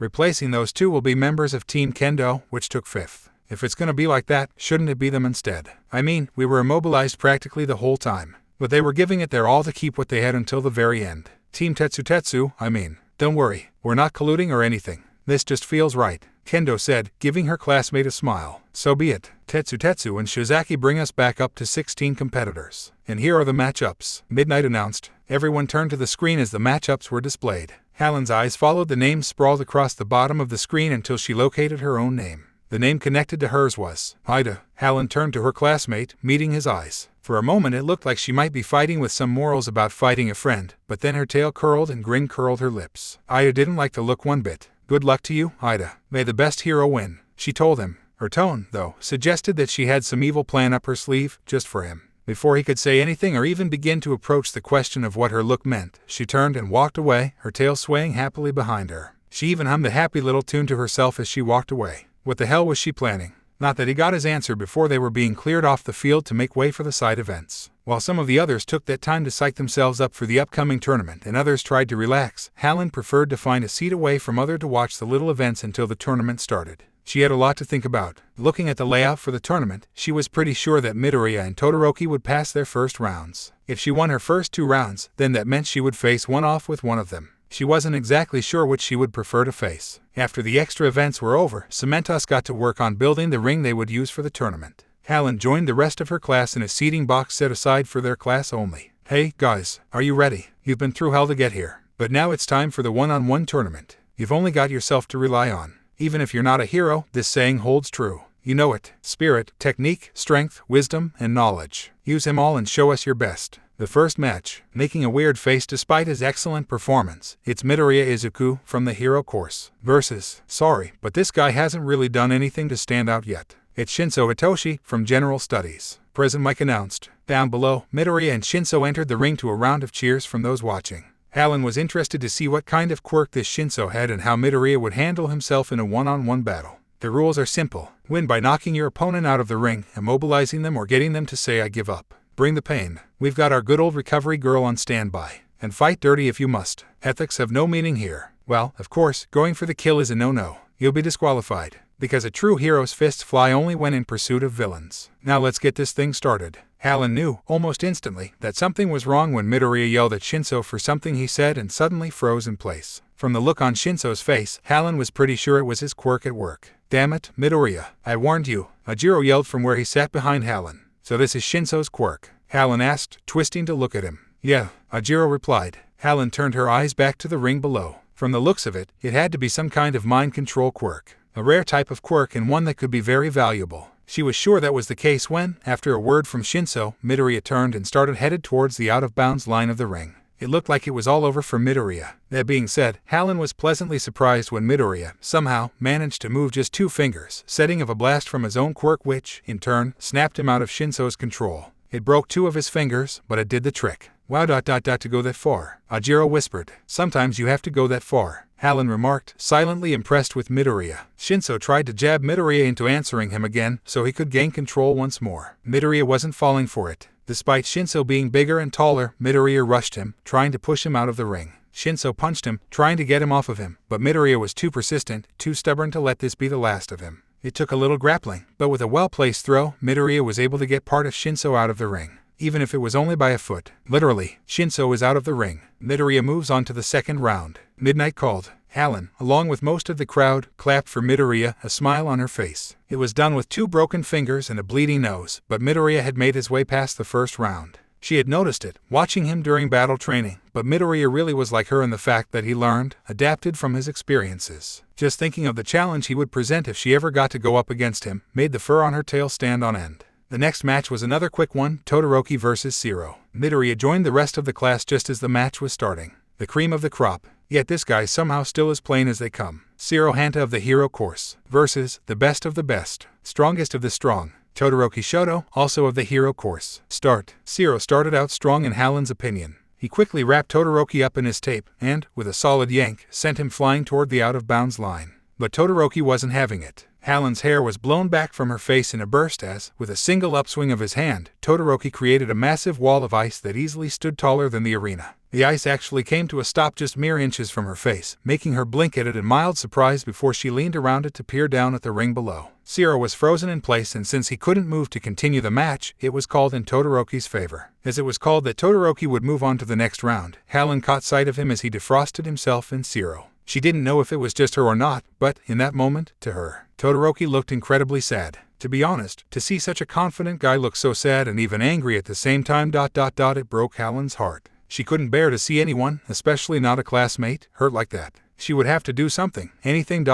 She couldn't leave it like this. She simply didn't have it in her. After all the ice that Todoroki has covered the ring in, they had to take a break to thaw out the ice. Once that was done, the next match, featuring Kaminari and Shizaki, started. Since Halyn's match against Ida was right after that, she excused herself from her seat to head for the preparation room. The girls of her class called out good luck to her as she left. Later, she would find out that Shizaki beat Kaminari quickly and soundly because he had underestimated her. Halyn, waiting in the prep room to be called, hopped from one foot to the other, shaking her hands out as she rolled her shoulders. She was nervous, jittery even. Back in Italy, they didn't have huge events like this. They did, however, have a smaller event where students from all schools could come together and compete, but that had always been optional, and Halyn, favoring secrecy over fame, had never competed. She wasn't a big fan of the limelight. Here, though, she didn't have much of a choice. In order to make something of herself and reach a position where she could make her dream come true, she had to deal with the spotlight. So she would face Ida, she would fight to win, and would move on to the next round. For now, though, she would not be showcasing her quirk. Not quite yet. Finally, she was called to report to the ring.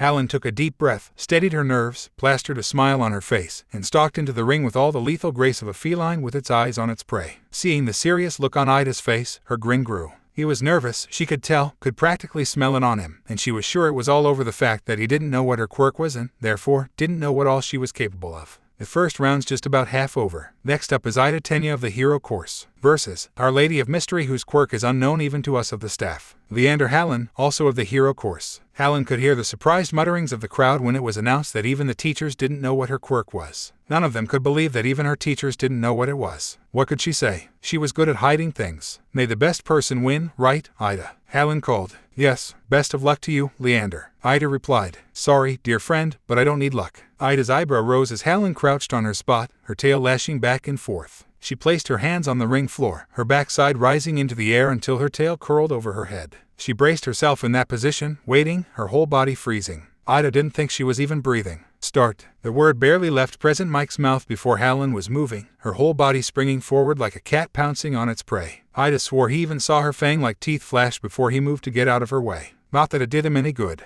Halyn had reflexes like that of a cat hunting for its next meal. Her hands connected with the ring floor, her lower body swinging around while her tail helped her to keep balance, and then she was pouncing again. Now expecting it, Ida moved out of her way, aiming a kick for her when she landed. Halyn responded by bunching up the muscles in her legs and springing straight up in the air, the kick flying past right under her body. Her toes no sooner touched the ground before she jumped again, swinging her own kick for his face. He had to admit, Halyn had excellent reflexes, able to react to him just in the nick of time. But she was also taking advantage of the fact that when he used his speed, it was extremely difficult to change directions at the drop of a hat where she could twist and turn with ease, which he found out the hard way and in a rather irksome manner. Halyn, with all the ease of a seasoned acrobat, flipped and twisted this way and that, avoiding Ida and effectively driving him up the wall when she would just crouch there, grin on her face and her tail giving a little mocking flick. It was as if the girl was just playing with him, but the truth was she was baiting him. Something that those watching the match could see. When she finally pulled the switch on him, he didn't see it coming until it hit him across the face. Literally, he has just attacked again, only for Halyn to flip out of his way, landing on her hands. Balancing there, she twisted and slammed a booted heel across his face. Flipping back away from him, she landed in a crouch once more. Ida rubbed his abused cheek while the crowd hissed in sympathy. And Ida agreed.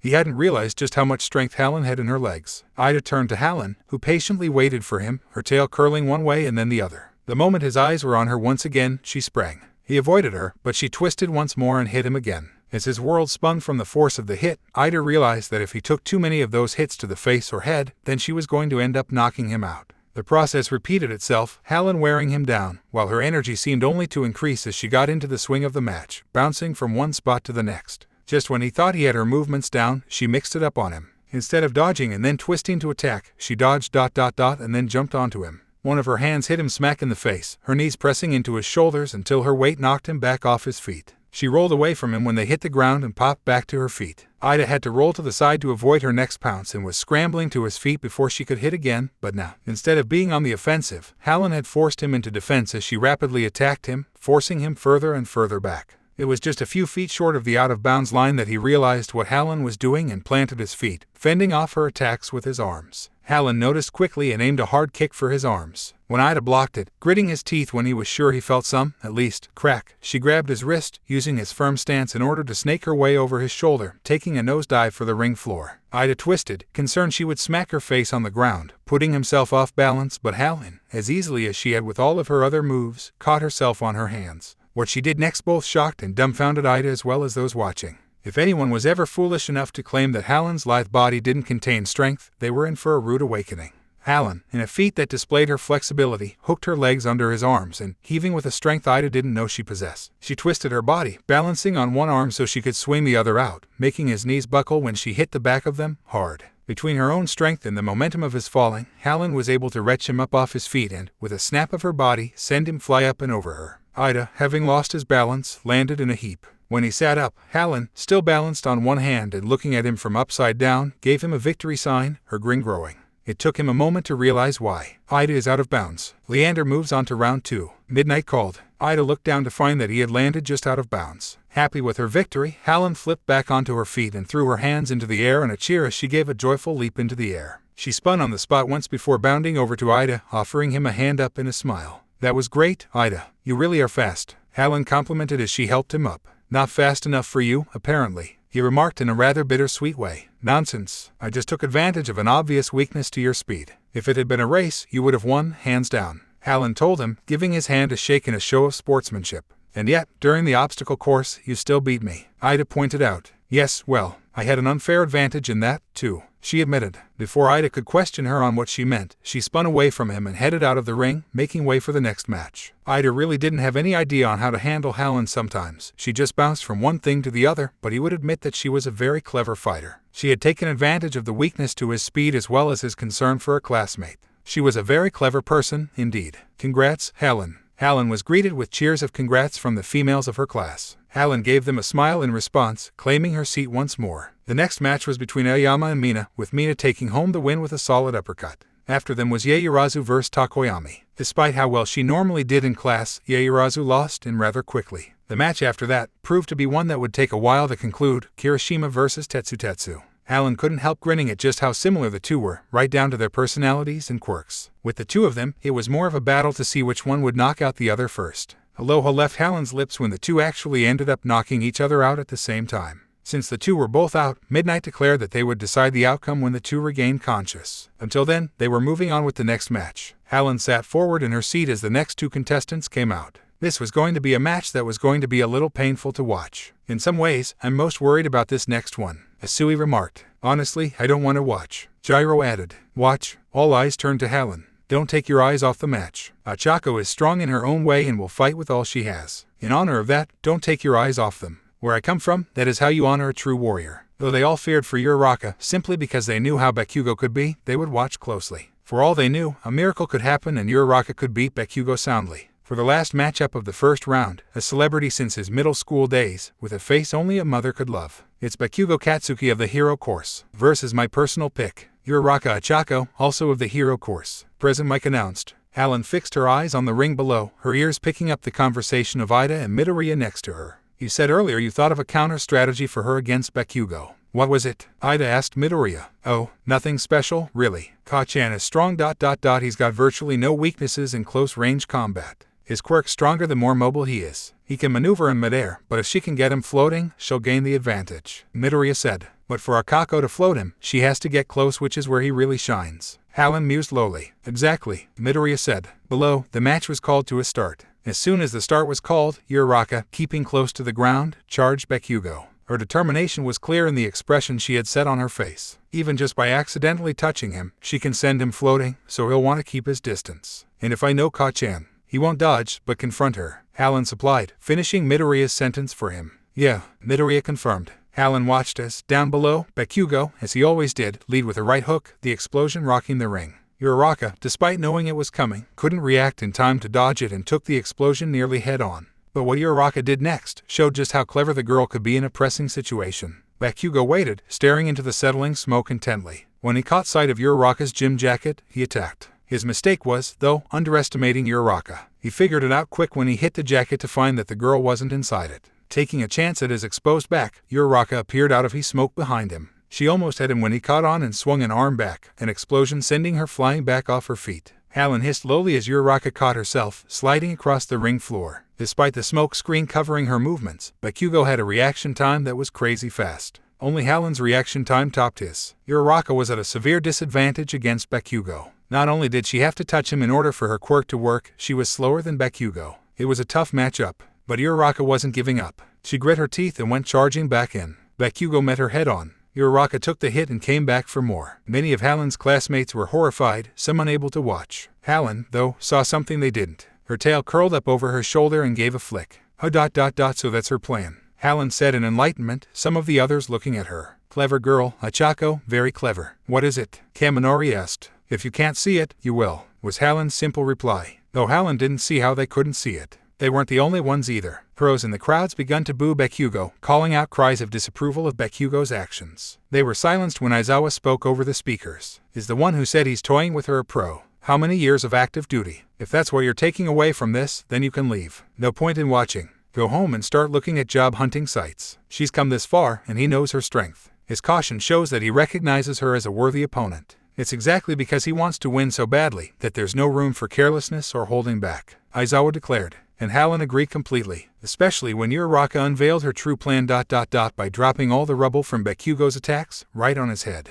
Halyn could understand Bakugo, who was on ground level with Uraraka, not to notice, but for the pros up in the stands not to notice now that was just bad. In fact, it was right down embarrassing. Uraraka, the little genius, had, by charging in low, kept Bakugo's attention on the ground, his attacks kicking up a lot of rubble that she then used as her weapons against him. In short, she created her own personal meteor storm. It was a self-sacrificing strategy, one Halyn could respect, but it just wasn't enough. In a huge explosion that sent shock waves up into the stands, Bakugo completely cleared out the falling rubble. Despite having her last resort blown away, Uraraka got back to her feet to charge in once more, but her body had other plans. Uraraka wobbled on her feet before falling to the ground. Midnight stepped in then, checking on Uraraka, but it was clear, even to those in the stands, that she was down for the count. Uraraka is unable to continue. Bakugo moves on to the second round. Midnight announced. Uraraka was carted off to Recovery Girl, and it was announced that the next round would begin after a short break. Since the first match of the next round would be Midoriya versus Todoroki, Midoriya left for the prep room. It wasn't long after that Bakugo returned. Oh, rough match, huh? Villain face. Zero asked. Awkward matchups aside, you do great at playing the bad guy, Bakugo. Asui added. Shut the hell up, all of you. Bakugo snapped. Don't blame us because you almost bit off more than you could chew, Halyn remarked. Isn't that right, Ka-chan? Bakugo grit his teeth, one eye twitching as he glared at Halyn. Halyn grinned back up at him, her tail curling in a teasing manner. No, really though, nice job blowing up that frail little girl, Kaminari remarked. Not like me, I held back against mine. You were beaten fair and square, Kaminari, Asui and Halyn said together. Aw come on, you two, Kaminari complained. Bakugo ignored them all as he dropped into an empty seat, his arms crossed. Nothing frail about her. Bakugo retorted. Aw, aren't you a cool customer, Ka-chan? Halyn teased, getting out of her seat and draping an arm around his shoulders. Get the hell off, he snapped, swatting at her. Halyn brushed his hand off to the side as she danced out of his reach, laughing. She gave his head a pat as she hurried past him, excusing herself to go check on Uraraka. She reached the prep room just as it was decided through an arm wrestling match that Kirishima would move on to the next round. Ha-chan, Uraraka called in surprise when Halyn opened the door. That was an awesome job, Hachako, Halyn said, rushing inside to hug her friend. Uraraka gladly took the hug. Halyn gave her a squeeze before holding her out in front of her, a huge smile on her face. You truly were amazing. I was on the edge of my seat the whole time. Thanks, but I still lost, Uraraka told her. But that just means you can learn from this experience and grow more. Don't put yourself down just yet, Hachako. You still have a lot of fight in you, Halyn assured her. Uraraka, grateful for her friend, gave her a smile. Halyn gave her hands a squeeze before turning to Midoriya. And you, good luck out there, Halyn told him, giving his shoulder a supportive clap. Oh, right, sorry. You wasted all your prep time talking to me, Uraraka said, apologizing to Midoriya. Good luck out there. I'm rooting for you. Midoriya thanked the both of them and left to report to his match. Once he was gone, Halyn turned to her friend. She gave Uraraka's shoulder a squeeze. You take your time, all right. I'll head on back ahead of you and assure the others that you're fine. Halyn told her. Thank Ha-chan. You're the best. Uraraka told her, Halyn shaking her head in response. I know I would want to talk to my family in a time like this. That or be alone for a while. You just take your time.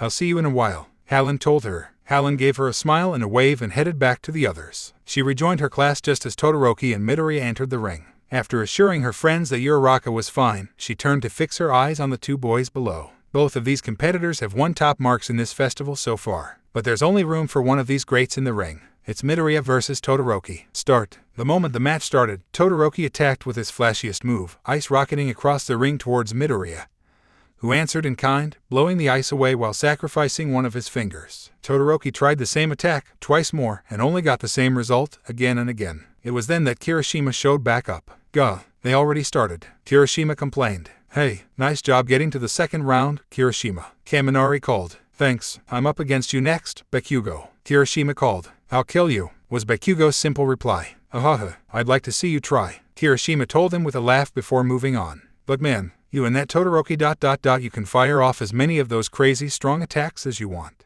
As many as we want. Don't be an idiot, Bakugo told him. Kirishima voice, turning to look at him. There's more to it than that, Halyn chimed in. Powers like Todoroki's and Kachan's work sort of the same way. It's kind of like an AP gauge in a game. I don't get it, Kirishima told her. Strain your muscles, and you'll tear them. Run too much, and you'll be out of breath. Quirks are still physical abilities. Even this guy's gotta have some kind of limit, Bakugo explained. Yeah, I guess you're right. So up against in stock hill man, Midoriya's trying to draw out the match, yeah, Halyn said, finishing Kirishima's sentence. And that was exactly what Midoriya was trying to do. Not that Todoroki didn't catch on. When he did, he attacked and instantly moved to close the gap between him and Midoriya. Using his ice, he got above Midoriya, who flung himself backwards to avoid the hit, only for Todoroki to follow it up with another ice attack. With the closer ranger, Todoroki managed to snag Midoriya's foot with his ice. The resulting blast from Midoriya's bid for freedom blew Halyn back in her seat. The price of that blast, though, was Midoriya's left arm, and his right hand was already all smashed up. Halyn sat forward in her seat, watching intently as Todoroki went in for what he was sure was the last kill. A pleasantly surprised grin curled her lips as Midoriya blew away this new attack using an already damaged finger. Todoroki only saved himself from flying outside the ring by using his ice to brace him. Down in the ring, Todoroki couldn't understand why Midoriya would go this far, why he didn't just go down gracefully. Why go that far? Todoroki demanded. You're shivering, Todoroki. Todoroki jolted when Midoriya said this. Quirks are still just physical abilities. You must have a limit to how much of that cold you can bear. But then, you could always use your left side to thaw yourself out, right? Everyone's giving it their all. To win, to achieve their goals ... to make it to the top. And you're gonna win with half your power. I still haven't put a scratch on you. Give me everything you got. Come at me. What are you planning? Todoroki demanded. Everything I've got. Did my bastard of a father pay you off or something? You're pissing me off. Halyn winced as the two clashed again, Midoriya hitting Todoroki straight in the gut. It made her rub her own stomach in response. The hit wasn't enough to send Todoroki out of the ring, though, or keep him down. Even sitting where she was, Halyn could tell that out of the two of them, Midoriya was the worst off. She doubted that even Recovery Girl could heal all of those wounds in 1 or even 2 sessions. It was reckless, but she could tell it wasn't mindless. Midoriya was anything but mindless. Why are you going this far? Todoroki demanded. Just trying to meet expectations. A smiling, dependable, cool hero ... that's what I want to be. That's why I'm giving it everything. For everyone. Your experiences ... your determination. I can't even begin to imagine what all that's like, but if you become number 1 without giving it your all, then I don't really think you're serious about denying him everything. Midoriya insisted. Shut up, Todoroki growled. That's why I have to win. I have to surpass you. Midoriya continued, the two meeting blow for blow. I'll show my father. Your power is your own, Midoriya yelled, cutting off Todoroki. Finally, Midoriya accomplished what he had set out to do. Halyn was forced to squint when Todoroki's flames roared to life. With the sight of Todoroki's flames, somewhere in the audience, his father called out to him, seemingly believing that Todoroki has accepted the fate his father had chosen for him. Halyn knew differently. Todoroki wasn't even aware of his father. She could see that in the way Todoroki had zeroed in his attention on Midoriya. With both of them now fighting at their fullest, the match was about to jump to heights that neither could really handle. Semitos and Midnight jumped in, knowing it would end badly if they didn't. Still, the resulting blast was enough to make Halyn curl in on herself to keep from being knocked out of her seat. When the wind died down, she straightened out, peering down at the smoke-covered ring below. What's with your class? President Mike demanded of Aizawa. All that chilled air was heated in an instant, making it expand. Aizawa replied. What a blast, though. And what heat? Can't see a thing. Has the match been decided? President Mike asked. Halyn stood to her feet, leaning over the wall in front of her to peer down at the ring, ignoring her friends when they told her not to lean too far out. Her tail drew still as she waited for the smoke to clear. When it finally cleared enough where she could see, her tail gave a flick at the sight of who was the only one still standing in the ring. Midoriya is out of bounds. Todoroki moves on to the third round. Halyn turned on her heel and took off. She ignored the calls of her friends as she hurried out of the stands and for the nurse's office. Midoriya looked like he was in bad shape and she wouldn't rest until she had checked in on him. On her way down to the nurse's office, she came across Todoroki just as he was walking past his father. The two looked up at her as she paused at the end of the hall, but after one blink, she turned on her heel and hurried along. She was pretty sure she could make her way past her next match, which would mean that, in the third round, she would face Todoroki. From the intense burning in her back that suggested he was watching her walk away, she had a feeling that Todoroki knew he would face her in the third round. She hadn't been sure before, but now she couldn't think of a better time to showcase her quirk than against Todoroki. 0:00:0. After a brief break in which Semitos had to completely rebuild the ring, the matches continued. Halyn, after checking in on Midoriya, now stood in the ring across from Shiozaki, her tail lashing to show just how ready she was for the match to start. Instantly, just as she had done at the start of her match with Ida, Halyn dropped into a crouch, hands flat on the ground, her backside rising so her tail curled over her head. A grin curled her lips as her tail lashed once and then drew still. Our two lovely ladies, one of green, the other of blue. Which will prevail? Shiozaki versus Leander. Start. The word start wasn't but half out of Present Mike's mouth when Halyn moved, her burst of speed taking Shiozaki by surprise. She tried to react in time, her thorns springing forth, but Halyn easily twisted out of the way, coming to a sliding halt behind Shiozaki. A jab of the elbow took out Shiozaki's knees, sending her tumbling backwards. Halyn caught her on her back and, with a simple flipped the other girl right out of the ring. That was fast. You saw it, people. In less than a minute, Leander snagged the victory and moves on to the semi-finals. Present Mike announced. Halyn was quickly at Shiozaki's side then, holding out a hand to help the other girl to her feet, an apologetic smile on her face. Sorry about that. I wanted to end the match without getting ripped a new one by your thorns. Halyn told her as she took hold of her hand. It's all right. We're all trying to win here, right? Shiozaki replied in understanding. Halyn's tail curled happily as she smiled brightly. Despite the way Monoma treated her class, she rather liked some of the members of Class B. They had a lot of spirit and spunk and she liked that. Halyn held out her hand to Shiozaki, smiling brightly at her. Friends, then? She asked. Shiozaki looked down at Halyn's hand and then back at her smiling face. It was hard to see the arrogant, high and mighty person that Monoma made the whole of class out to be. Halyn honestly just wanted to be friends. Finally, returning Halyn's smile, she took the girl's hand. Friends, she agreed. Halyn's smile grew to impossible levels, her tail curling in joy. Together, the two left the ring. They chatted as they returned to the stands, Halyn waving to Shiozaki as they parted ways. Halyn had just taken her seat when the next match started. It was over quickly, though not as quickly as Halyn's match against Shiozaki, but the next match after that lasted a little longer, Bakugo versus Kirishima. Ultimately, though, Bakugo won. With that, the final four were announced: Todoroki, Halyn, Bakugo, and Takoyami. Halyn, standing in her prep room, bounced from one foot to the other, shaking her hands out as she took deep breaths in and out to calm her nerves. By the time it was time for her to head to the ring, she had regained her cool. Giving herself one more shake, she headed for the ring. Our Lady of Speed and Agility and Our Lord of Fire Power. Todoroki versus Leander. Todoroki stared across the ring at Halyn as, with an easy smile on her face, she stretched out her shoulders. She seemed to be blissfully unaware of the situation she was in, and it made him feel bad since she was never anything but nice to him. He was intrigued, though, to see how she would handle this match. In the time since she had come to their class, he had noticed that she tended to fly below the radar, content to never really draw attention. Then, after the USJ incident, he had done some digging on her. The rumors and tales that surrounded the girl were astounding, to say the least. But it was possible that that was all they were, rumors. Not that it mattered at the moment. She, like Midoriya, was an obstacle in his way. Either way, he felt he owed her a warning, at least. You should bow out. Halyn perked up, her eyes rising to meet his as she dropped her arm. For a moment, she stared into his eyes, but then she smiled, her head tilting slightly to one side as a little chuckle left her. Oh, and why is that? She asked. The answer is obvious, he replied. Is it now? Well, call me dense then. I hate to break it to you, but I'm not going anywhere. I've been looking forward to this. If anything, you should try to take this match a little bit more seriously. Or have you forgotten ... you don't know what my quirk is? Halyn told him, all with a gentle and cheerful tone. She wasn't being arrogant and she wasn't trying for bravado either. She was giving him an honest, straightforward warning and he knew it. He, like everyone else in their class, like their teachers even, didn't know what her quirk was and she never felt the need to share. In every fight, in all combat training, she had relied solely on her own wits and hand-to-hand combat. He had no idea what he was walking into and, judging from the grin on her face, she knew it made him slightly nervous. He would have to act quickly. Match, start. Halyn's eyes widened, her gym jacket flying up as, with an upswing of his hand, Todoroki sent ice exploding upward once more, just as he had done in his match against Zero. Just like in that match, in a blink of an eye, an ice wall sprouted from the ring, rocketing upward until it stood taller than the stadium itself. Fog from the sudden change in temperature filled the ring, and where Halyn had stood was all ice now. It was a little cruel, he knew, not giving her a moment to try to fight back when she had admitted herself that she had been looking forward to it, but he couldn't afford to find out, in mid-battle, what her quirk was and what it could do. How cold. Looks like it's over for Leander before it could begin, came Present Mike's voice over the speakers. Midnight, who had managed to dodge the icy attack this time, scanned the foggy smoke covering the ring, but could find no signs of Halyn. She was just about to call it when something caught Todoroki's attention. A shadow had fallen over him, growing in size. Catching on to what that meant as gasps rang out from the crowd, Todoroki threw his head back, looking upwards. His eyes widened when he came face to face with the soles of Halyn's size 8 boots. Todoroki dived to the side, hitting the ring floor and rolling away as Halyn crashed into the spot where he had just stood.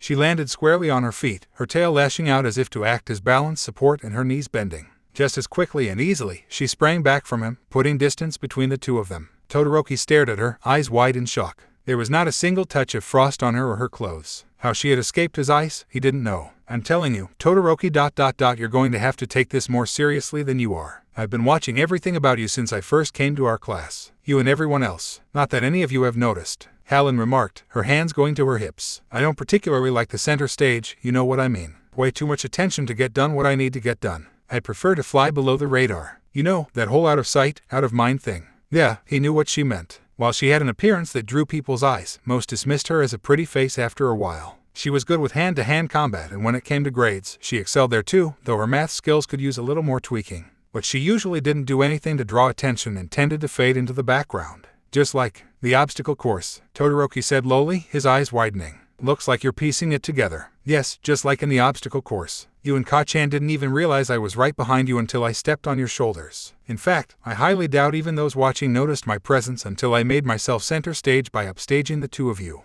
Halyn replied honestly. It's a little trick I've picked up over the years. Comes in handy. You see, I fly below the radar, everyone's radar, and while I don't usually go for big events like this, it's kind of a necessary evil. I'm very glad, in this case, that I was able to keep my quirk a secret up until this point. It makes for gathering my fuel so much easier. What do you mean? Todoroki asked. Halyn, in good nature, shrugged her shoulders. She didn't seem the least bit inclined to reveal anything just yet. Let me ask you this ... how do you think I avoided your ice? She asked. There could have been several answers to that question. After all, she apparently had managed to avoid his ice back during the obstacle course, though he still didn't know how. She could have just dodged the ice and rode it up, or she could have used her quirk. Either way, it was a problem for him. You either dodged or you finally used your quirk. He guessed. Both, actually. You see, I decided you would be the one I finally used my quirk against. A way of showing how much I respect your strength, but also for another reason. Halyn told him. Another reason? He asked, confused. Call it kinship, if you will, because that's what I feel towards you. You and I are more alike than you know,